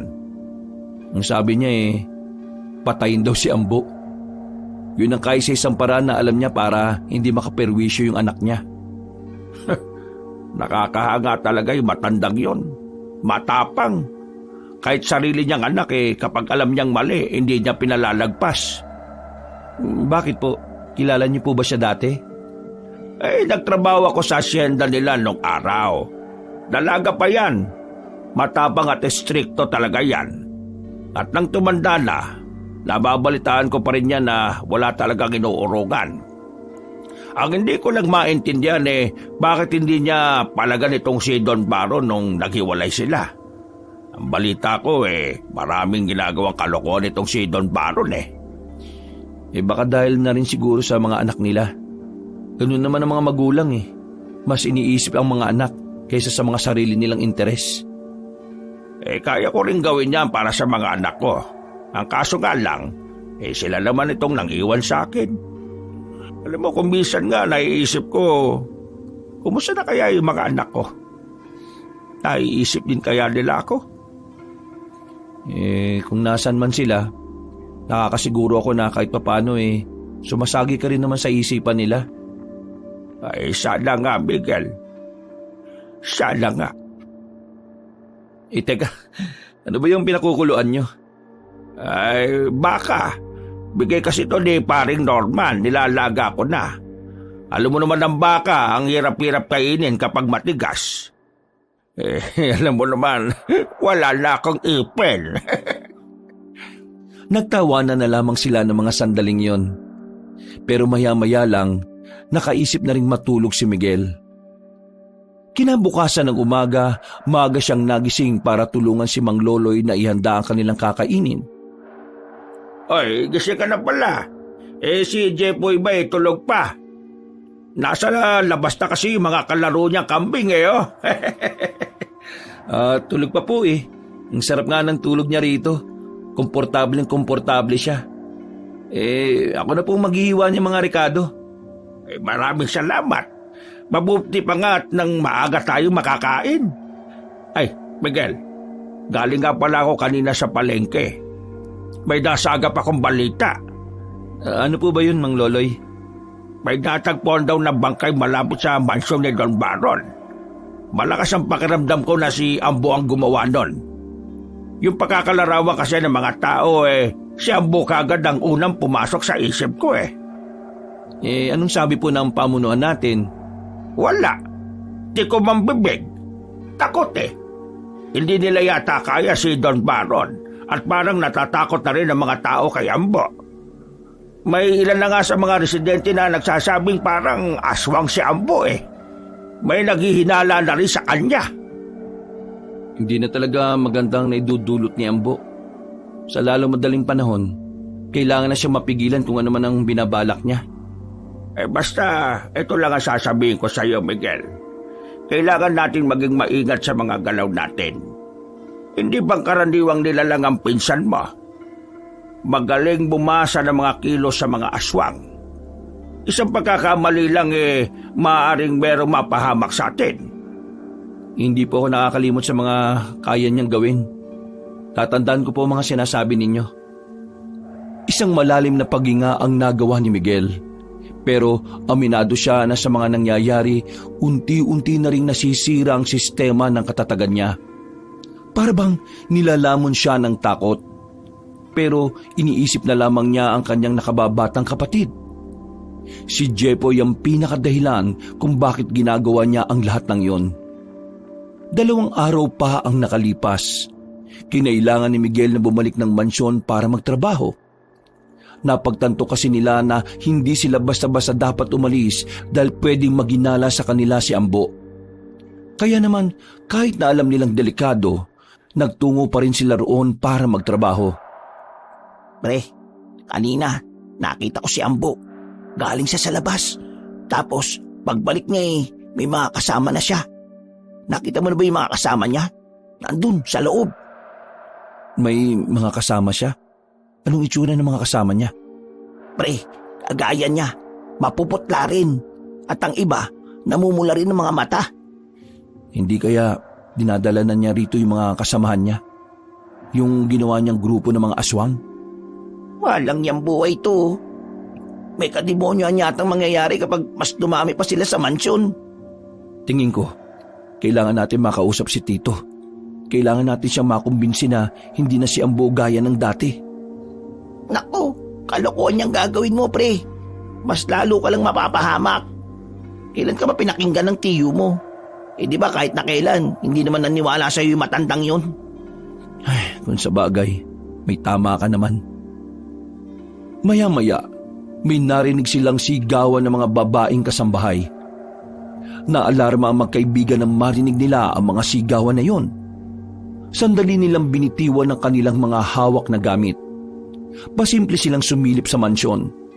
At doon nakita nilang nagtakbuhan ng mga kasambahay palabas. Takot na takot ang mga yon. Base sa mukha ng mga kasambahay, parang nakakita ang mga yon ng hindi pangkaraniwan. Hoy! Saan kayo pupunta, ha? Ambo, ano bang ginagawa mo sa mga kasambahay natin? Papa, huwag ka na magkunwari na may malasakit ka sa kanila. Dahil ang totoo, basura lang din naman ang tingin mo sa kanila. Oo nga, tama ka naman. Pero ang inaalala ko, ikaw, paano ko magsumbong ang mga yon sa kung sino-sino at papag-initan ka na naman dyan? Natatakot ka ba sa kanila, Papa? Hindi ba sinabi ko na sa inyo kung ano ako? At kung ano ang kaya kong gawin? Hindi nila ako kakayanin. Lalo na ngayon, unti-unti ko nang nabubuo ang samahan na pinaplano ko. Yung bang mga kasama mo, mga kagaya mo rin ba sila? Tama ka, Papa. Kagaya ko nga rin sila. At dadami pa yan sila dito. Itong mansyon, ito ang magiging lungga namin. Anak, tanggap kita kung ano ka pa. Pero hindi naman maganda na dito mo sila dadalhin. Anak, malalagay tayo sa alanganin. Ang latang meron tayo, negosyo at Wala akong pakialam. Wala na akong pakialam sa pera. Ang iniisip ko na lang ngayon, kapangyarihan. Aangkinin ko na tong baryo na to. Di ba, ikaw rin naman ang nagsabi sa akin. Kailangan ko ng kapangyarihan para magawa ko lahat ng gusto ko. Eto na yun, Papa. Ginagawa ko na ang mga pangaral mo sa akin. Kaya ikaw bilang ama, kailangan mo ko suportahan. Kasi kung hindi, ipapakain din kita sa mga kasamahan kong gutom. Hindi na nakapagsalita pa ang matandang lalaki. Napapalunok na lamang ito ng laway.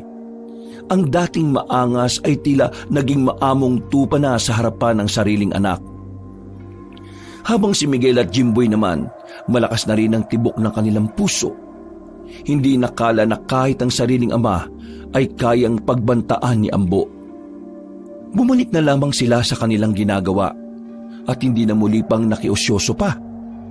Bandang 5:00 na sila ng hapon natapos. Wala na silang gagawin doon kinabukasan dahil lahat ay ginawa na nila. Pinilit nilang tapusin yon para wala na silang dahilan na bumalik pa. Nung gabing pauwi na sila, "Pre, bilisan mo." Teka lang naman. Kanina pa naghihintay sa atin si Brusca. Nagmamadali ang dalawa na makaalis sa bahay ni Miguel. May usapan kasi sila ng beking si Brusca na sa gabing yun, pupuntahan nila ang albularyo na kakilala ni Doña Fatima. Ilang sandali lang, nakita na rin nila si Brusca na nakatago malapit sa terminal ng mga tricycle. Bihis na naman ito. Naka-backless pa na dress. Mataas ulit ang takong. Namumula pa ang mga labi at nakakulot pa ang mahaba nitong buhok. Ay, muntik na kis mawarla. Super late na kayo eh. Pasensya na. Nagtatay kasi ako kanina eh. Pero, bakit ka naman kasi nakasuot ng ganyan? Ibig ko sabihin, Wala naman akong problema sa suot mo pero kasi hindi party yung pupuntahan natin eh. Ano ka ba, Papa Jimboy? Ganyan ang aurahan ng mga princess. Pumupuksa ng beauty ite, no? Ganyan talaga siya, Jimboy. Parang hindi ka naman nasanay. Tara na, kailangan na natin makarating sa sinasabi ni Doña Fatima. Ay, siya nga pala, Brusca. Alam mo na ba ang address ng albularyo? Siyempre, akis pa ba? Don't worry, paggora natin sa asyenda ni Mudang, may nagwe-waiting na ng mga boylet doon para tayo ihatid. Hatid sundo ang peg natin, no? Wala na silang sinayang na pagkakataon. Agad din naman silang umalis sa lugar na yon. Maya-maya, nakarating na rin naman sila sa asyenda. Sasakyang itim na may kahabaan ang naghihintay sa kanila. Wala nang sabi-sabi, agad silang pinapasok sa loob at saka dali-daling umalis. Habang nasa biyahe, Brusca, ganyan ba talaga mga tao ng mama mo? Parang walang emosyon eh. Want mo ba magka-emosyon ng mga boylet? Jombag malala mo sila. Loko ka talaga oh. nanahimik na lamang sila sa mga sumunod pang sandali. Makalipas lang naman ang halos kalahating oras, narating na rin nila ang lugar ng albularyo. Isa itong maliit na baryo na hindi na naabot ng kuryente. Tanging malalaking sulo, gasera at lampara lamang ang nagsisilbing ilaw doon. 9:00 na nang maglakad sila papasok sa baryo. Pero nang dumating sila sa itinuturo ng address na hawak nila, laking gulat sila nang abutan nilang nag-iiyakan ng mga tao sa bakuran. Ayon sa mga yon, pinaslang ang albularyo. Mas lalo pa silang nawindang nang malaman nila na ang mga pumaslang pala sa matandang lalaki ay walang iba kundi ang mga aswang. Nanlumo ang tatlo. Buong akala nila kasi wala na silang pag-asang matalo ang mga aswang. Pero habang naroon sila, isang matandang babae na hindi nakakapagsalita ang lumapit sa kanila. Meron yung ibinigay na tela. Nang buklatin nila yon, ay nakita nila ang tila isang mapa na may mangilan-ngilan lang na palatandaan. Maraming salamat po sa inyo. Nakikiramay po kami sa pagkawala ni Manong. Sumenya-senyas ang babae. Mabuti na lamang ay marunong makaintindi si Jimboy ng mga ganoong pakikipag-usap.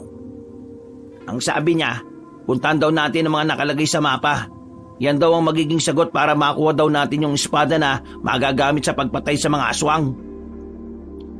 Napatangon na lamang si Miguel at Brusca. Sa mga sandaling yon ay agad na rin silang umalis. Malungkot man dahil wala silang inabutan na albularyo, pero sa kabilang banda ay nabuhayan pa rin sila ng loob. Pupuntahan na ba natin to ngayon? Mas maganda nga sana kung ngayon. Sayang ang bawat oras natin. Hindi natin alam kung kailan mag-aasik ng lagim si Ambo.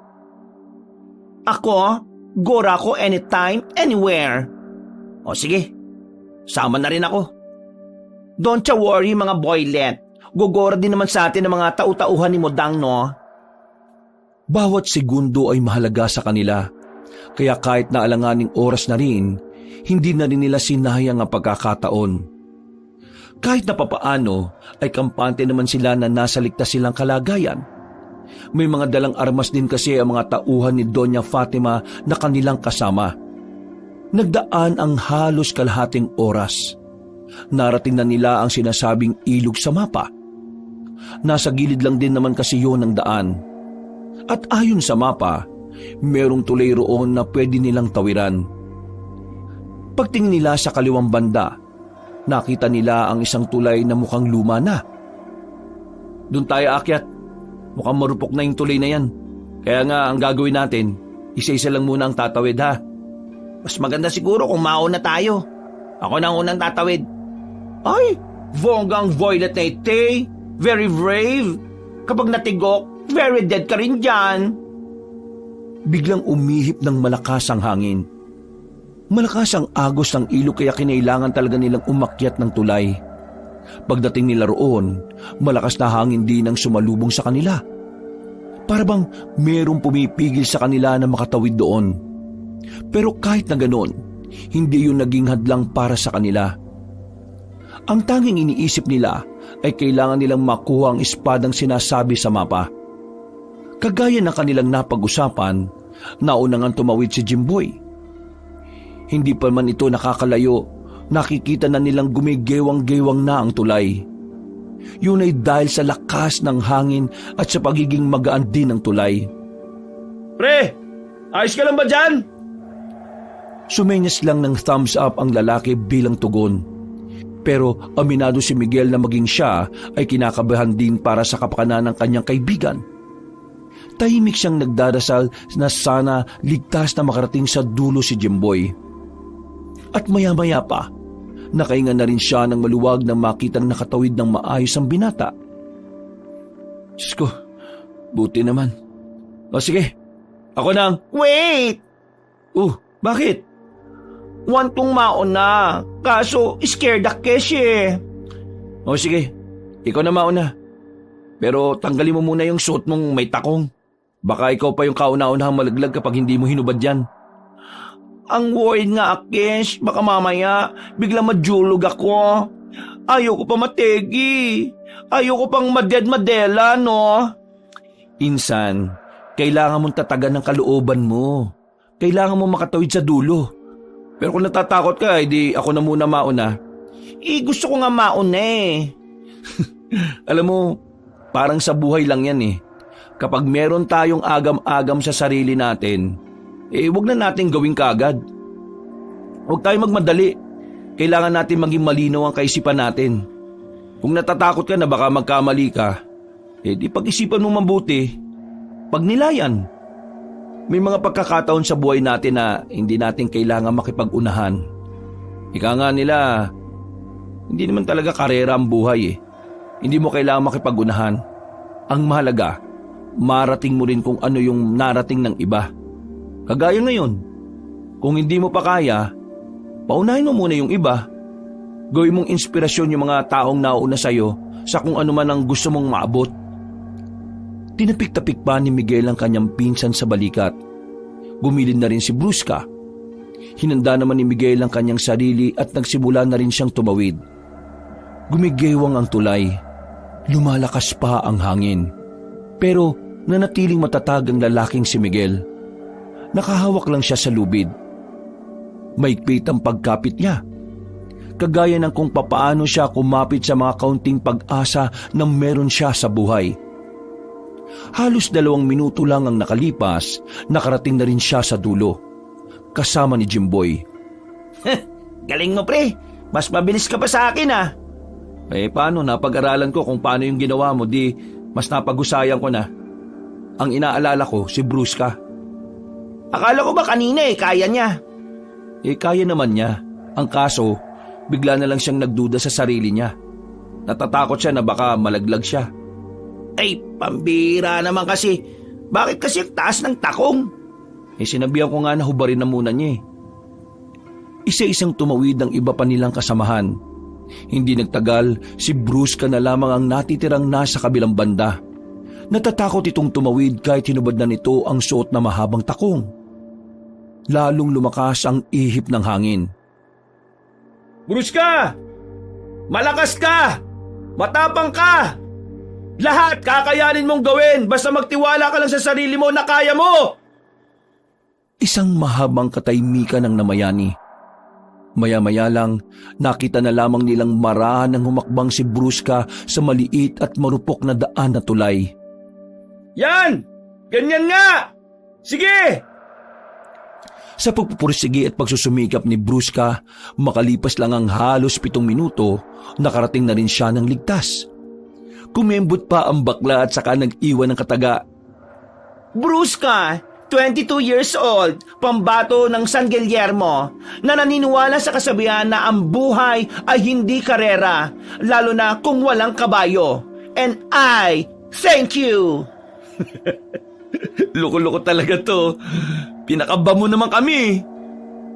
Nagawa pa nilang magtawanan ng mga sandaling yon. Pero wala silang kamalay-malay na sa kanilang nilalakbay, yun na pala ang huling makakangiti at makakatawa sila. Dahil sa kanilang patutunguhan, may mga naghihintay sa kanilang pagsubok. Habang naglalakad sa kagubatan, Ayon sa mapa na dala natin, may malaking puno ng akasya. Eto na yun. Kapag nalagpasan natin to, dire-diretso na raw. Pero ano bang ibig sabihin ng mga ekis-ekis na to sa gilid? Tingin ko, yan yung mga dapat nating iwasan. Kung ganun, ibig sabihin lang nito may posibilidad na mapalaban tayo. Hindi natin alam kung ano ang makakalaban natin. Pwedeng aswang. Pwede rin namang mga rebelde na gumagala sa mga ganitong oras. Ay, Diyos ko naman, ang scary na naman ni Tay. Nalagpasan na nila ang punong akasya. Nagmamadali na nilang tinahak ang daan. Pero nang nasa kalagitnaan na sila, naramdaman nilang tila meron ng nakamasid at sumusunod sa kanila. Kaya naman, inihanda na rin ng mga kasama nila ang mga dalang baril. Pumalibot na rin sa kanila ang mga tauhan. At hindi nagtagal, may narinig silang malalakas na angil ng mga aswang. Naku, nasundan ba tayo ng mga kasama ni Abno? Ambo? Tingin ko hindi. Kakaunti pa lang sila para makarating kaagad dito. Tingin ko, ibang sama ng mga aswang to. Ay bongga, may circle of friends pala ang mga aswangit. Agad na pinaputokan nila ito ng baril. Magsipaganda kayo! Inilabas na rin ni Miguel ang kanina niya pa nakatagong kutsilyo sa kanyang tagiliran. Nagsimula nang umaligid sa kanila ang mga aswang. Hindi makalapit ang mga yon dahil sa sunod-sunod na putukan ng baril. Ay Diyos ko! Happy New Year ang peg! Bruce ka! Huwag kang lumayo! Dito ka lang sa tabi ko! Ay, Bongga! Miss mo ko? Umayos ka nga! Kung hindi, ikaw ang unang mawawala sa mundong ito! Hinila ni Jimboy ang bakla at saka pinapwesto sa likuran. Habang nagpapaputok ng baril ang mga kasama nila ay tuloy-tuloy lamang sila sa pagabante. Mga ilang sandali lang, bigla na lamang may lumitaw na aswang mula sa itaas. Mabuti na lang ay agad silang yumuko kaya walang nahagip sa kanila. Dahil dito, nakita nilang ang ibang aswang na nakapatong sa mga sanga ng puno. Pinagbababaril nila yun. Karamihan sa mga aswang na naroon ay agad na bumagsak sa lapag. Look oh! There's the sword! Nakabaon sa bato! Sana all may baon! Malapit na tayo mga kasama. Kaunting tis na lang. Pero bago sila makarating doon, mas lalong naging komplikado sa kanila ang mga sandali. Mas naging agresibo ang mga aswang. Para silang mga gutom na gutom. Tingin ko, pinipigilan talaga nila tayo makalapit sa espada. E anong gagawin natin ngayon? Mga kasama, walang titigil sa pagpapaputok. Kailangan namin makarating agad doon. Bruce ka, Jimboy, sabayan niyo ako. Sinamantala nila ang pagkakataon. Mabilis silang tumakbo patungo sa malaking bato kung saan nakatarak ang espada. Dali-dali naman din silang umakyat doon. Hahawakan na sana ni Miguel ang espada para bunutin pero bigla na lamang may lumitaw na aswang. Mas inuna niya muna itong kalabanin at pinaubayan na lamang ang pagkuha sa sandata. Jimboy, bunutin mo ang espada. Ako nang bahala rito. Nagmamadali si Jimboy na umakyat. Pero nang hawakan na ni Jimboy ang espada, laking gulat nito nang bigla itong nakaramdam ng pagkapaso. Aray! Hindi ko mabunot! Napaso ako, ang init! Ha? Napaso ako! Walang ya. Bruce ka, ikaw ang bumunot, dali. Huh? Why me? Huwag ka na magtanong, bilisan mo. Di Gora! Nang hawakan ni Brusca ang espada, nagulat si Miguel nang walang kahirap-hirap na nabunot ni Brusca ang sandata mula sa malaking bato. Pagkabunot, bigla itong nagliwanag na naging sila rin ay nasilaw. Ay! Taray! Pikan lang ang peg ng espadang itay! Sa hindi nila malaman na dahilan, biglang nawala ang mga aswang sa paligid nila. Tila ba natakot na ang mga yon? Agad din namang nilapitan ni Miguel ang kanyang pinsan. Sinubukan niyang hawakan ng espada pero maging siya ay napaso rin. Tanging si Brusca lamang ang hindi napapaso kapag ginahawakan yon. Brusca, tingin ko, ikaw talaga ang nagmamay-ari niyan. What? Itong beauty ko na itay? Magiging warrior? Ikaw siguro nakatakdang tatalo sa sarili mo, kapatid, Brusca. Hindi nakapagsalita ang Becky ng mga sandaling yon. Napapaisip din kasi ito kung bakit kasi sa dinami-rami nilang nagtungo roon, siya pa ang pinili ng sandatang yon. Pero ganun pa man, nagpasalamat na lamang sila dahil sa wakas, meron na silang panlaban sa puwersa na binubuo ni Ambo. Nagmamadali silang makaalis, at nang makabalik na sila sa asyenda ni Doña Fatima, kahit ang matandang babae rin ay hindi rin makapaniwala. Pagbukas ng malaking pinto, Mudang! Luko! Swing-swing ang espada ng binibining karengkeng! Anong nangyari? Doña Fatima, si Brusca lang po ang nag-iisang may kakayahan na makahawak ng espadang yan. Lahat kami napapaso. Isa lang po ang ibig sabihin nun. Si Brusca po ang nakatakdang pumaslang sa kuya niya. Halatang bumakas din ang lungkot sa mukha ng Donya. Hindi naman ito naawa kay Ambo. Mas naawa ito kay Brusca. Noon pa man kasi, alam ni Doña Fatima na talagang malapit sa isa't isa si Ambo at Brusca. Ito ang madalas magkalaro ng mga bata pa ito. Kaya naman, iniisip ng Donya na masasaktan si Brusca sa magiging papel nito sa laban na iyon. Bakit naman sa lahat pa? Ikaw pa? Bakit, Mudang? Dahil ba ako ay baklita at bawal na ako maging superhero? Hindi naman sa ganon. Hindi ito tungkol sa kasarian mo. Tungkol ito sa relasyon mo sa kuya mo. Alam kong mahal mo pa rin si Ambo kahit na nagkaganon na siya. Kaya naman, Mudang! Knows ko ang meaning mo. Don't you worry. Before to mangyayari, Modang Kes, ready ng aking heart at utak sa pwedeng maging ganap sa battle na ite. Kaya, don't worry, Modang Kes. Kayang-kaya ng beauty ko ite. Wala nang nagawa pa ang matandang babae na si Fatima. Pumayag na lamang ito kahit nalabag sa kalooban niya na magpatayan ng kanyang 2 anak. Pero wala rin naman itong magagawa. Yun lamang din ang tanging paraan para matalo nila ang binabalak na kasamaan ni Ambo. Noong mga sandaling yon, walang kamalay-malay si Miguel na meron palang naghihintay sa kanyang masamang balita. Magkasama sila ni Jimboy papauwi sa bahay ni Mang Loloy. Pero kakaiba ang pakiramdam ng binata. Mang Loloy? Jepoy? Nasaan kayo? Nang makasilip na sila sa loob ng bahay, nakita nila ang ibang gamit na nakakalat. Sa puntong ito, kinutuban na sila na masama. Laking gulat na lamang nila nang abutan nila kung ano ang nasa bahay. Nakahandusay si Mang Loloy sa sahig. Duguan ang buong katawan. Halos hindi na rin nila makilala ang mukha nito sa dami ng saksak. Ang tiyan naman, nakabuka rin. Wala ng laman loob. Nanlambot ang tuhod ni Miguel noong mga sandaling yon. Si Jimboy naman, napakapit na lamang sa gilid. Gulantang silang dalawa sa kanilang nasaksihan. Brutalang sinapit na matandang si Loloy. Kalunos-lunos at parabang talagang pinahirapan muna bago tuluyang pinaslang. Gagi! Diyos ko naman! Naiyak na lamang si Miguel sa mga pagkakataon na ito. Pero mas lalo siyang nabahala nang maalalang wala rin doon ng kanyang kapatid na si Jepoy. Umarangkada ang kanyang kaba. Otomatiko niyang tiningnan sa bawat sulok ng bahay ang bata. Pero wala siya roon. Si Jepoy! Wala si Jepoy! Magkasama sila ni Jepoy kanina eh! Diyos ko! Wag naman sana napaamag si Jepoy! Pinuntahan agad ni Miguel ang bata sa likod bahay. Nakahinga siya ng maluwag nang makitang naroon si Jepoy. Nakasiksik ang bata sa pagitan ng 2 drum. Takot na takot, iyak ng iyak.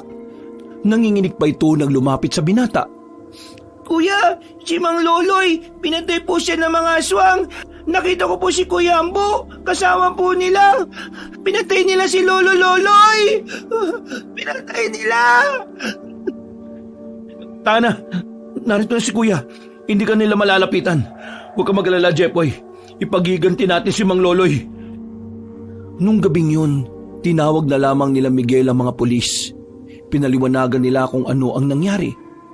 Hindi man kumbinsido ang mga pulis sa kanilang kwento, pero iginalang pa rin ang mga yon ang nangyari.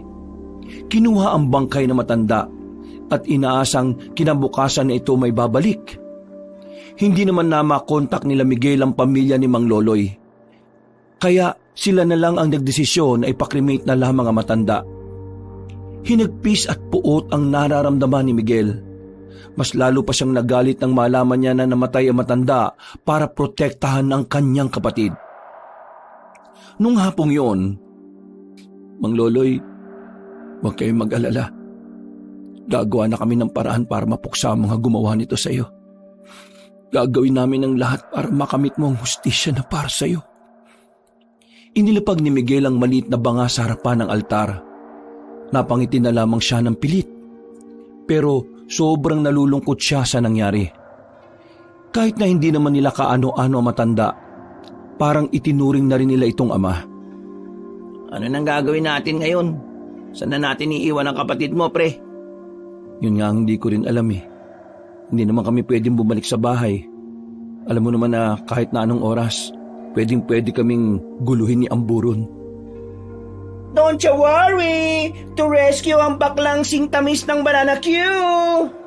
Uy, Insan, Na-hearsay ko ang nangyari kay Mang Loloy.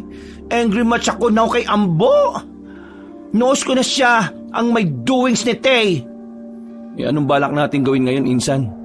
Nasa iyo mahiwagang espada. Ikaw lang makakapaslang sa kanya eh. Yang subatembang mo, gora mo na sa baler ni Mudang para safe siya. Supatembang? Subatembang means kapatid. Diyos ko bigyan nga kita ng dictionary ko bukas. Yun ba? Pero maraming salamat sa offer mo. Kailangan ko talaga ng ligtas na lugar para sa kapatid ko eh. Basta follow the leader ninyo, Akesh. At tutungo tayo sa hasyenda di langit ni Mudang na yung kilay ay ahit na ahit. Agad silang nagtungo sa bahay ni Doña Fatima. Buti na lamang ay good mood ang matanda. At naawa rin naman ito sa kanila lalo na nang malaman nito ang nangyari sa matandang si Loloy. Ang ayaw ko lang ay ang makikialam mo sa mga gamit ko. Lalong-lalo na ang mga santo ko sa hagdanan. O Jepoy, narinig mo naman ang sinabi ni Doña Fatima. Huwag kang makikialam ng gamit na hindi sa'yo ha. Naintindihan mo ba yon? At saka, si Doña Fatima nga pala, tita natin. Opo, kuya. Hindi po ako makikialam. Aling Mireng, dalhin niyo na muna itong bata sa kusina at nang mapakain. Meron lang kaming pag-uusapan. Umupo sila sa sofa. Seryosong tumingin sa kanila si Doña Fatima. Huminga ito ng malalim. Nabalitaan ko ngayon lang. Nagsisimula ng manggulo si Ambo sa mga tao sa lugar ninyo. Ang mga tao sa mansyon, hindi na matagpuan. Sila na lang ang naroon. Si Baron, siya na lamang ang natitirang tao na naroon. Ang iba ay puro aswang na. Wala bang ginagawang aksyon ng mga pulis dito? Kinausap ko ang mga kakilala kong pulis. Wala rin silang magawa. Hanggat walang direktang utos mula sa mas nakakataas sa kanila. Hindi sila pwede makialam, lalo na't aswang ang usapan. Hindi naniniwala ang mga namumuno nila sa mga aswang. Doña Fatima, may iniisip ka bang pwedeng gawin? Pakikilusin ko ang mga tao ko. Makakasama nyo sila. Kakalabanin nyo sila Ambo. Kailangan nilang mapalaya sa lugar ninyo. Kung hindi, mas marami pang mga tao ang mapeperwisyo ng mga salot na aswang na yan. At dahil Akesh ang available holder ng espadang Echos, me is the only one na haharap kay Sukang Paambo. Insan, kaya mo kung sabayan ka sa pakikipaglabang kay Ambo. Kailangan ko kasing bigyan ng hustisya ang pagkawala ni Mang Loloy eh. Ako rin, nasama rin ako. Di bongga pala akong gunner. Go na ite with the help of Swordy. Tegi boom boom ang mga enemy. Basta ito ang tatandaan ninyo. Tuso ang mga aswang. Mahuhusay silang manlinlang. Kaunting pagkakamali ninyo lang pwede kayong mamatay. Nagkatingin na lamang silang tatlo. Pero noong mga sandaling yon, nararamdaman na rin ni Miguel ang takot sa kanyang kalooban. Pero kailangan niyang tatagan ang kanyang dibdib. Dahil kung hindi, siguradong wala siyang may tutulong sa kanilang magiging laban. Matapos silang maiplano ng maayos ang kanilang magiging hakbang, pinakyat na muna sila sa itaas para makapagpahinga.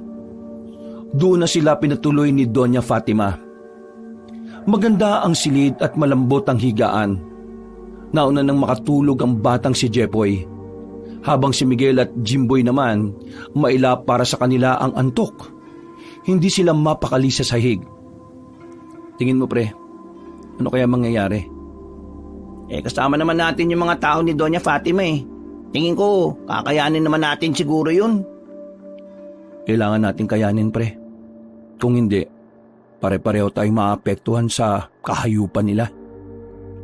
Pre, sakaling mamatay ako, ikaw nang bahala kay nanay ha. Oo nga pala no, paano yung nanay mo? Nasa maayos naman na kalagayan na siya. Nitong nakaraan, inihatid ko na siya kay Tia. Nakita ko kasing lalalang sitwasyon natin sa lugar natin dahil sa mga lintik na aswang na yan. Mabuti naman kung ganon. Kinaumagahan, kahit nakulang sa tulog, maaga pa rin nagising ang magkaibigang Miguel at Jimboy. Bumaba na silang tatlo sa sala. Naabutan naman nila ang mag-inang Fatima at Brusca. Isinabay sila sa pag-aalmusal. Pero bago sila matapos sa kanilang kinakain, isang masamang balita ang dumating. Ayon sa tauhan ni Doña Fatima, ilang pamilya ang pinaslang ng mga aswang sa baryo. At ang mas masaklap pa nito, di umano ay dumarami na rin ang mga kasama ni Ambo. Dahil sa kanilang nalaman, agad silang nagtungo sa kanilang lugar. Naabutan nila ang mga nakasalansa na katawan sa harapan ng barangay. Karamihan sa mga yon, mga tanod at kinatawan ng barangay.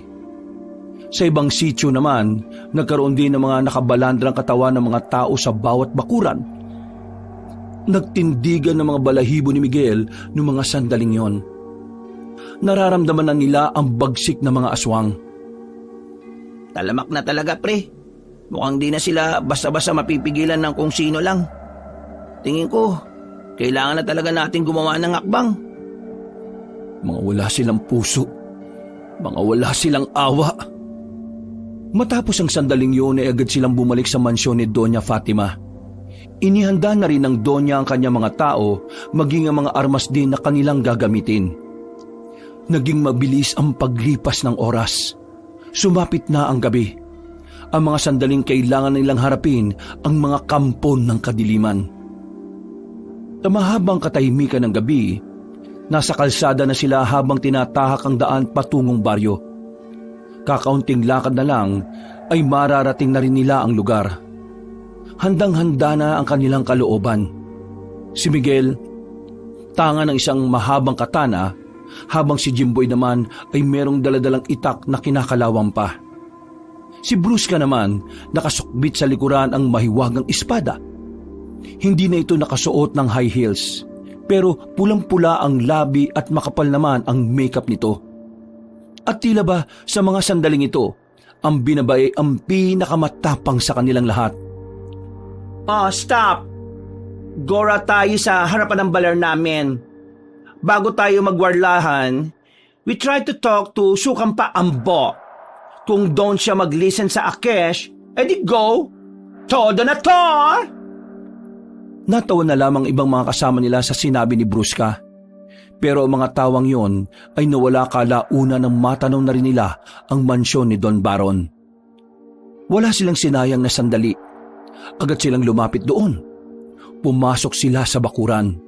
At tila ba inaasahan na rin ni Ambo ang kanilang pagdating. Nakaabang na rin yon sa balkonahe. Brusca, kumusta ka? Ang aking kapatid na baluktot at malambot na kaunting suntok tulog.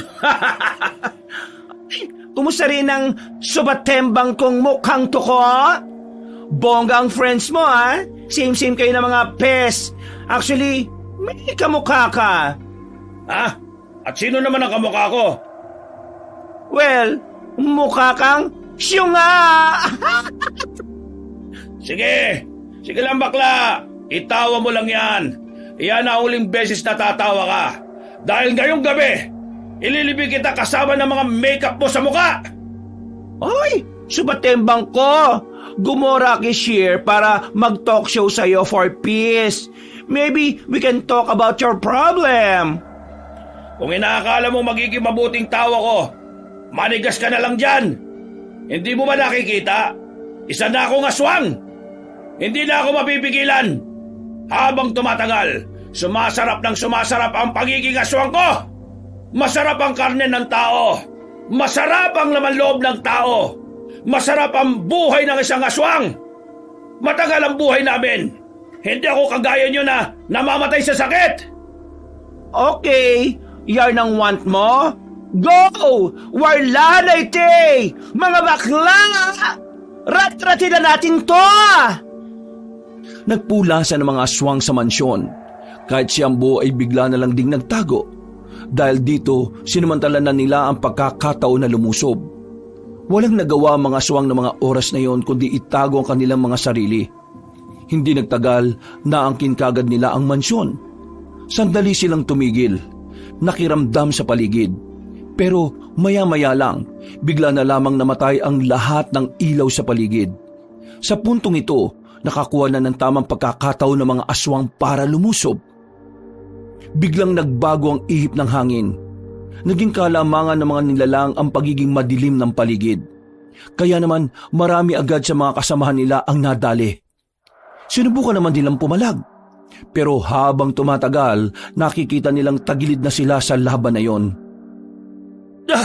Jimboy, sa gilid! Ay, gagi! Ano? Jombag malala mga aswangit ang muka! Nagagawa pang makapalag ng 3, pero hindi na nila namamalaya na unti-unti na silang nauubos. Kaya naman nakaisip si Jimboy ng pagkakataon sa mga oras na ito. Bigla itong tumakbo papasok ng mansyon.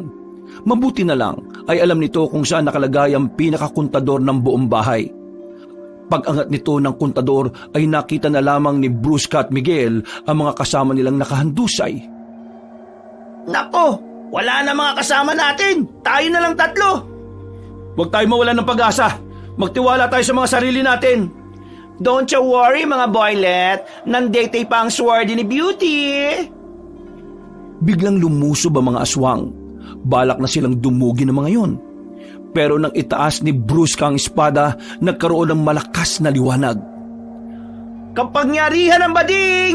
Sige na at magningning! Winasiwas ni Brusca ng malakas ang espada. Sa isang iglap lang, bumulagta na ang mga kasamang aswang ni Ambo. Hindi makapaniwala ang binatang aswang. Nanlalaki ang mga mata ni Ambo habang nanggagalaiti. Paano mo nagawa yung bakla? Paano mo napaslang ang mga kasama ko ng ganun lang kadali? Hindi na nagsayang ng oras si Miguel. Nauna na siyang lumusob at agad namang sumunod sa kanya si Jimboy. Habang si Brusca naman nanonood muna sa kaganapan. Para ito kay Mang Loloy! Tinaga ni Miguel si Ambo gamit ang katana nito. Tinamaan yun sa muka. Pero madali itong nakadistansya. Hindi din naman nagpahuli si Jimboy. Agad nitong sinundan ng taga sa tagiliran. Dahil doon ay parang hiningal ang aswang na si Ambo. Ano akala ninyo? Matatalo nyo kaagad ako ng ganito lang? Alam mo na hindi mo kakayanin ng espada ni Brusca. Kaya kung ako sa'yo, sumuko ka na lang. Binibigyan ka pa namin ng pagkakataon. Manahimik ka! Sino ka para utusan ako sa kung ano nararapat? Hardinero ka lang na isang duka! Huwag kang makisabat dito! Ganun. Di ka talaga mag-listen. Okay, di na lang din Akesh mag-talk. Walang ano-ano, tumakbo ang binabaing si Brusca. Hindi ito nagdalawang isip na hiwain ng aswang na yun sa dibdib. Dahil sa ginawa ni Brusca, agad na napaluhod ang kaliwang tuhod nito. At sa pagkakataong yun, tila umayos na rin ang pananalita ni Brusca dahil sa pagiging emosyonal. Mahal kita, kuya. Kagaya ng dati, walang nagbago sa pagmamahal ko sa'yo. Ikaw pa rin ang kuya ko na lagi kong kalaro noon. Ikaw pa rin ang kuya ko na nagtanggol sa akin sa mga batang makukulit na tinutokso at pinupuli ako. Pero iba na ngayon. Nagbago ka na. Hindi ko alam kung bakit ka nagkaganyan pero... Gusto mong malaman kung bakit ako nagkaganito? Sawang-sawa na ako sa buhay na kinagisnan natin. Sawa na akong sumunod sa mga utos. Sawa na akong kalimutan ng mga pangarap ko para sa gustong buhay sa akin ng mga magulang natin. Tapos, nag-iwalay pa silang dalawa. Akala mo ayos lang sa akin yon? Bakit? Naapektuhan din naman ako, kuya. Nasaktan din naman ako. Pero hindi ko pinili ang maling landas. Sa maling landas na to naramdaman ko ang totoong kapayapaan at kalayaan. Sa tinahakong landas na ito, nagagawa ko mga gusto ko. Nagagawa ko lahat. Mga anak, kasalanan ko ang lahat. Ambo, ako ang may kasalanan kung bakit ka nagkaganyan. Napalingon silang lahat sa matandang bigla na lamang lumabas sa gilid. Kasalanan ko kung bakit nagbago ang pananaw mo sa buhay. Kasalanan ko. At kung meron mang dapat na magdusa, ako yon at hindi ikaw, anak. Kaya naman, anak, hayaan mong pagbayaran ko ang lahat. At ikaw, huwag mong sirain ang buhay mo. May pagkakataon pa para itama ang mga pagkakamali mo, anak. Ambo. Itama ang mga pagkakamali ko? Naibangan na ba? Huli na ang lahat. Kaya ngayon, ikaw ang una kong papaslangin! Dahil kasalanan mo lahat ng ito! Bigla na lamang lumundag ang aswang na si Ambo patungo sa matandang lalaki. Pero laking gulat nito nang agad na nakalapit sa kanya si Brusca. Umilaw ang espada. Naitarak ni Brusca ang espada sa dibdib ng kanyang kuya. Nang hugutin niya yon, sumuka agad ng dugo si Ambo sa kanilang harapan. Kuya, tama na, stop na. Wag na. Anak, patawarin mo ako. Hanggang dito na lang yata ako.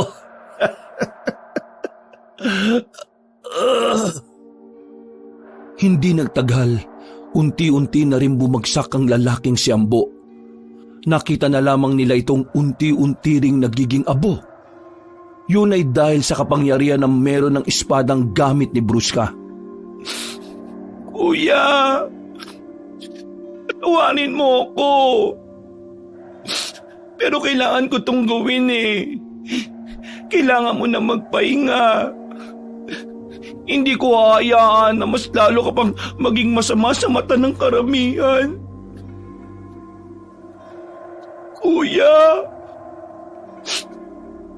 mahal na mahal kita. Ambo, anak. Patawarin mo ako. Kung hindi dahil sa pagkontrol ko sa'yo, hindi ka naman magiging ganyan. Napakawalang kwenta kong ama! Tito, hindi naman sa nanghihimasok ako, pero may isa ka pang anak. May pagkakataon ka pa para makabawi. May pagkakataon ka pang magbago. Hindi pa huhuli ang lahat para gampanan mo ang pagiging ama. Tumango-tango na lamang si Don Baron. Matapos ang labanan na yon, lahat ng aswang doon ay naging abo na rin. Pero kahit na natalo na nila ang mga aswang, meron pa ring iniwan na problema mga yon. Marami na kasi sa mga tao ang naggalit sa kanila, lalong-lalo na kay Don Baron at kay Brusca. Kaya naman, kahit na hindi naman si Don Baron ang pumaslang sa mga taong nadamay, ito na lamang din ang sumalo ng lahat. Pinakulong ito ng mga tao. Tinanggap naman yon ng Don.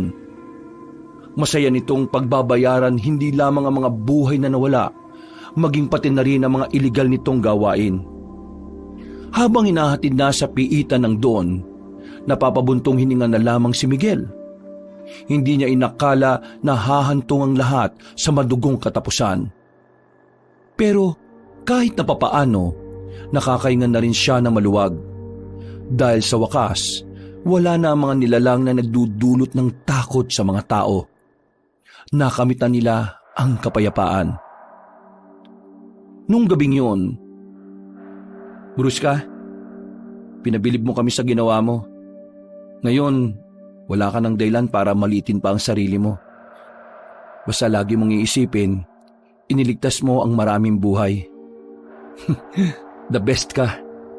Mas lalaki ka pa kaysa sa lalaki. Jeski naman to, bola pa. Walay naman na kiss masyadong ginawa eh. Nag-cry-cry nga lang ako eh. Ano na palang balak natin ngayon? Wala na yung mga aswang. Ako, mamamasukan ako kina Doña Fatima. Tapos, hahanap ako ng bago naming matitirhan ni Jepoy. Uy, sama ako dyan. Kailangan ko din ng trabaho eh. Ay, maganda yarn. Palagi na tayis na magkakasama. Pero Kesh, itutuloy Kesh ang mga pag-aaral or how to use the swordy ng proper. Oh, cheers tayo. Cheers! Nagpatuloy ang kanilang inuman. Isang munting selebrasyon ng kanilang tagumpay. Isang inuman na nagdudulot ng ngiti kay Miguel. Dahil sa puntong ito, magagawa na niyang harapin ang bawat umaga nang wala nang nararamdamang takot, pangamba at panganib.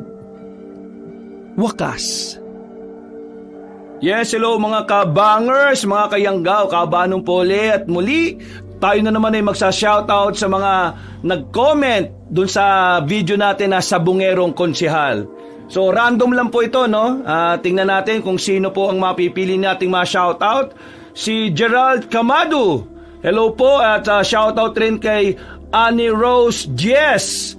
Okay, and din si Emmanuel M. Pate. Ayan, then si Sofia Padua. Shoutout rin po kay Teresa Pablo. Yan po, halos lahat daw ay napanood niya yung mga videos natin. 369 daw yung total ba? Grabe si Ma'am Teresa. Then si Vilma Bautista, shoutout rin po. Then shoutout rin kay Violi Liharso. Yan, kay Jean Yakap. Shoutout rin po kay Luwina Silverio. Cora Estimadacion. Grabe. Then si Antipolo Irabon. Yan. And syempre shoutout rin po kay Marjorie Tongko Panon. Ayan. Then shoutout rin kay Brents Recto. Kay Mary Jane Duais. Kay Nestor Bauyon. Ayan. Shoutout po sa inyo. Then kay Roslyn Labajo. Kay Pangyaw Emmy. Shoutout rin kay Jesus Ramos. Yan, then siyempre kay Feliciano Peralta, shoutout po sa iyo. Then shoutout rin po kay Angeline Batikan from Taiwan. Okay, Ariel Leonino. Yan po, shoutout rin po kay Jovi Lambino, kay Jaywas Menpasite. Gis Menpasite. Grabe, ang hirap ng pangalan. Kay Bouts, kay Bouts ba ito? Kay Bouts yata. Nag-greet siya ng Eid Mubarak to all brother and sisters po ng mga Muslim po natin dyan. Shout out coming from Dubai, grabe. Then kay John Roniel Gallego, kay Aileen Baguio, shout out rin kay Evelyn Reyes, kay Pambansang Kulas, shout out po sa iyo. Then kay Nestor Bauyon, kay Paul John Encienzo. Yan, hello po. Shout out po kay Carmelita Marquina. Hello po kay Joanne Oclarit. Yan, then kay Paul John Encienzo. Ay, nabanggit ko na ito kanina. Then kay Franz Darwin Rivera. Ayan. Then, shout out rin kay Crystal Hen. Kay Marcel Ciprano. Yan, pa-shoutout po from Batangas kay Maricel Cipriano, kay Virgilio Jr., kay Jacel May, kay Bianca, and kay RJ. And last, si Rose Agudo. Hello, shoutout po sa inyo. And syempre, shoutout po sa dito po sa Philippines, ang pinakamalaki po daw na ayon sa analytics natin, ang pinakamarami po daw number 1 na nakikinig kay mga kwento ni Kabanong ay yung mga taga Quezon City. Shoutout po sa lahat ng mga taga Quezon City at shoutout din po yung pangalawa sa pinakamalaki ay ang Maynila. Okay, shoutout po sa lahat ng mga nakikinig sa atin sa Maynila. At ang sa ibang bansa naman ay grabe, sa Saudi ang nangunguna, mga taga Saudi Arabia ang nangunguna po na nakikinig sa ating channel. So shoutout po sa inyong lahat. So hanggang sa susunod po na video, sana po ay makinig at huwag kalimutan pong mag-comment para ma-shoutout po uli rin kayo. And syempre, don't forget to subscribe sa mga hindi pa ho nakaka-subscribe sa atin pong channel. Maraming salamat po. Muli, ito po si Kabanong saying, God bless you all. I love you!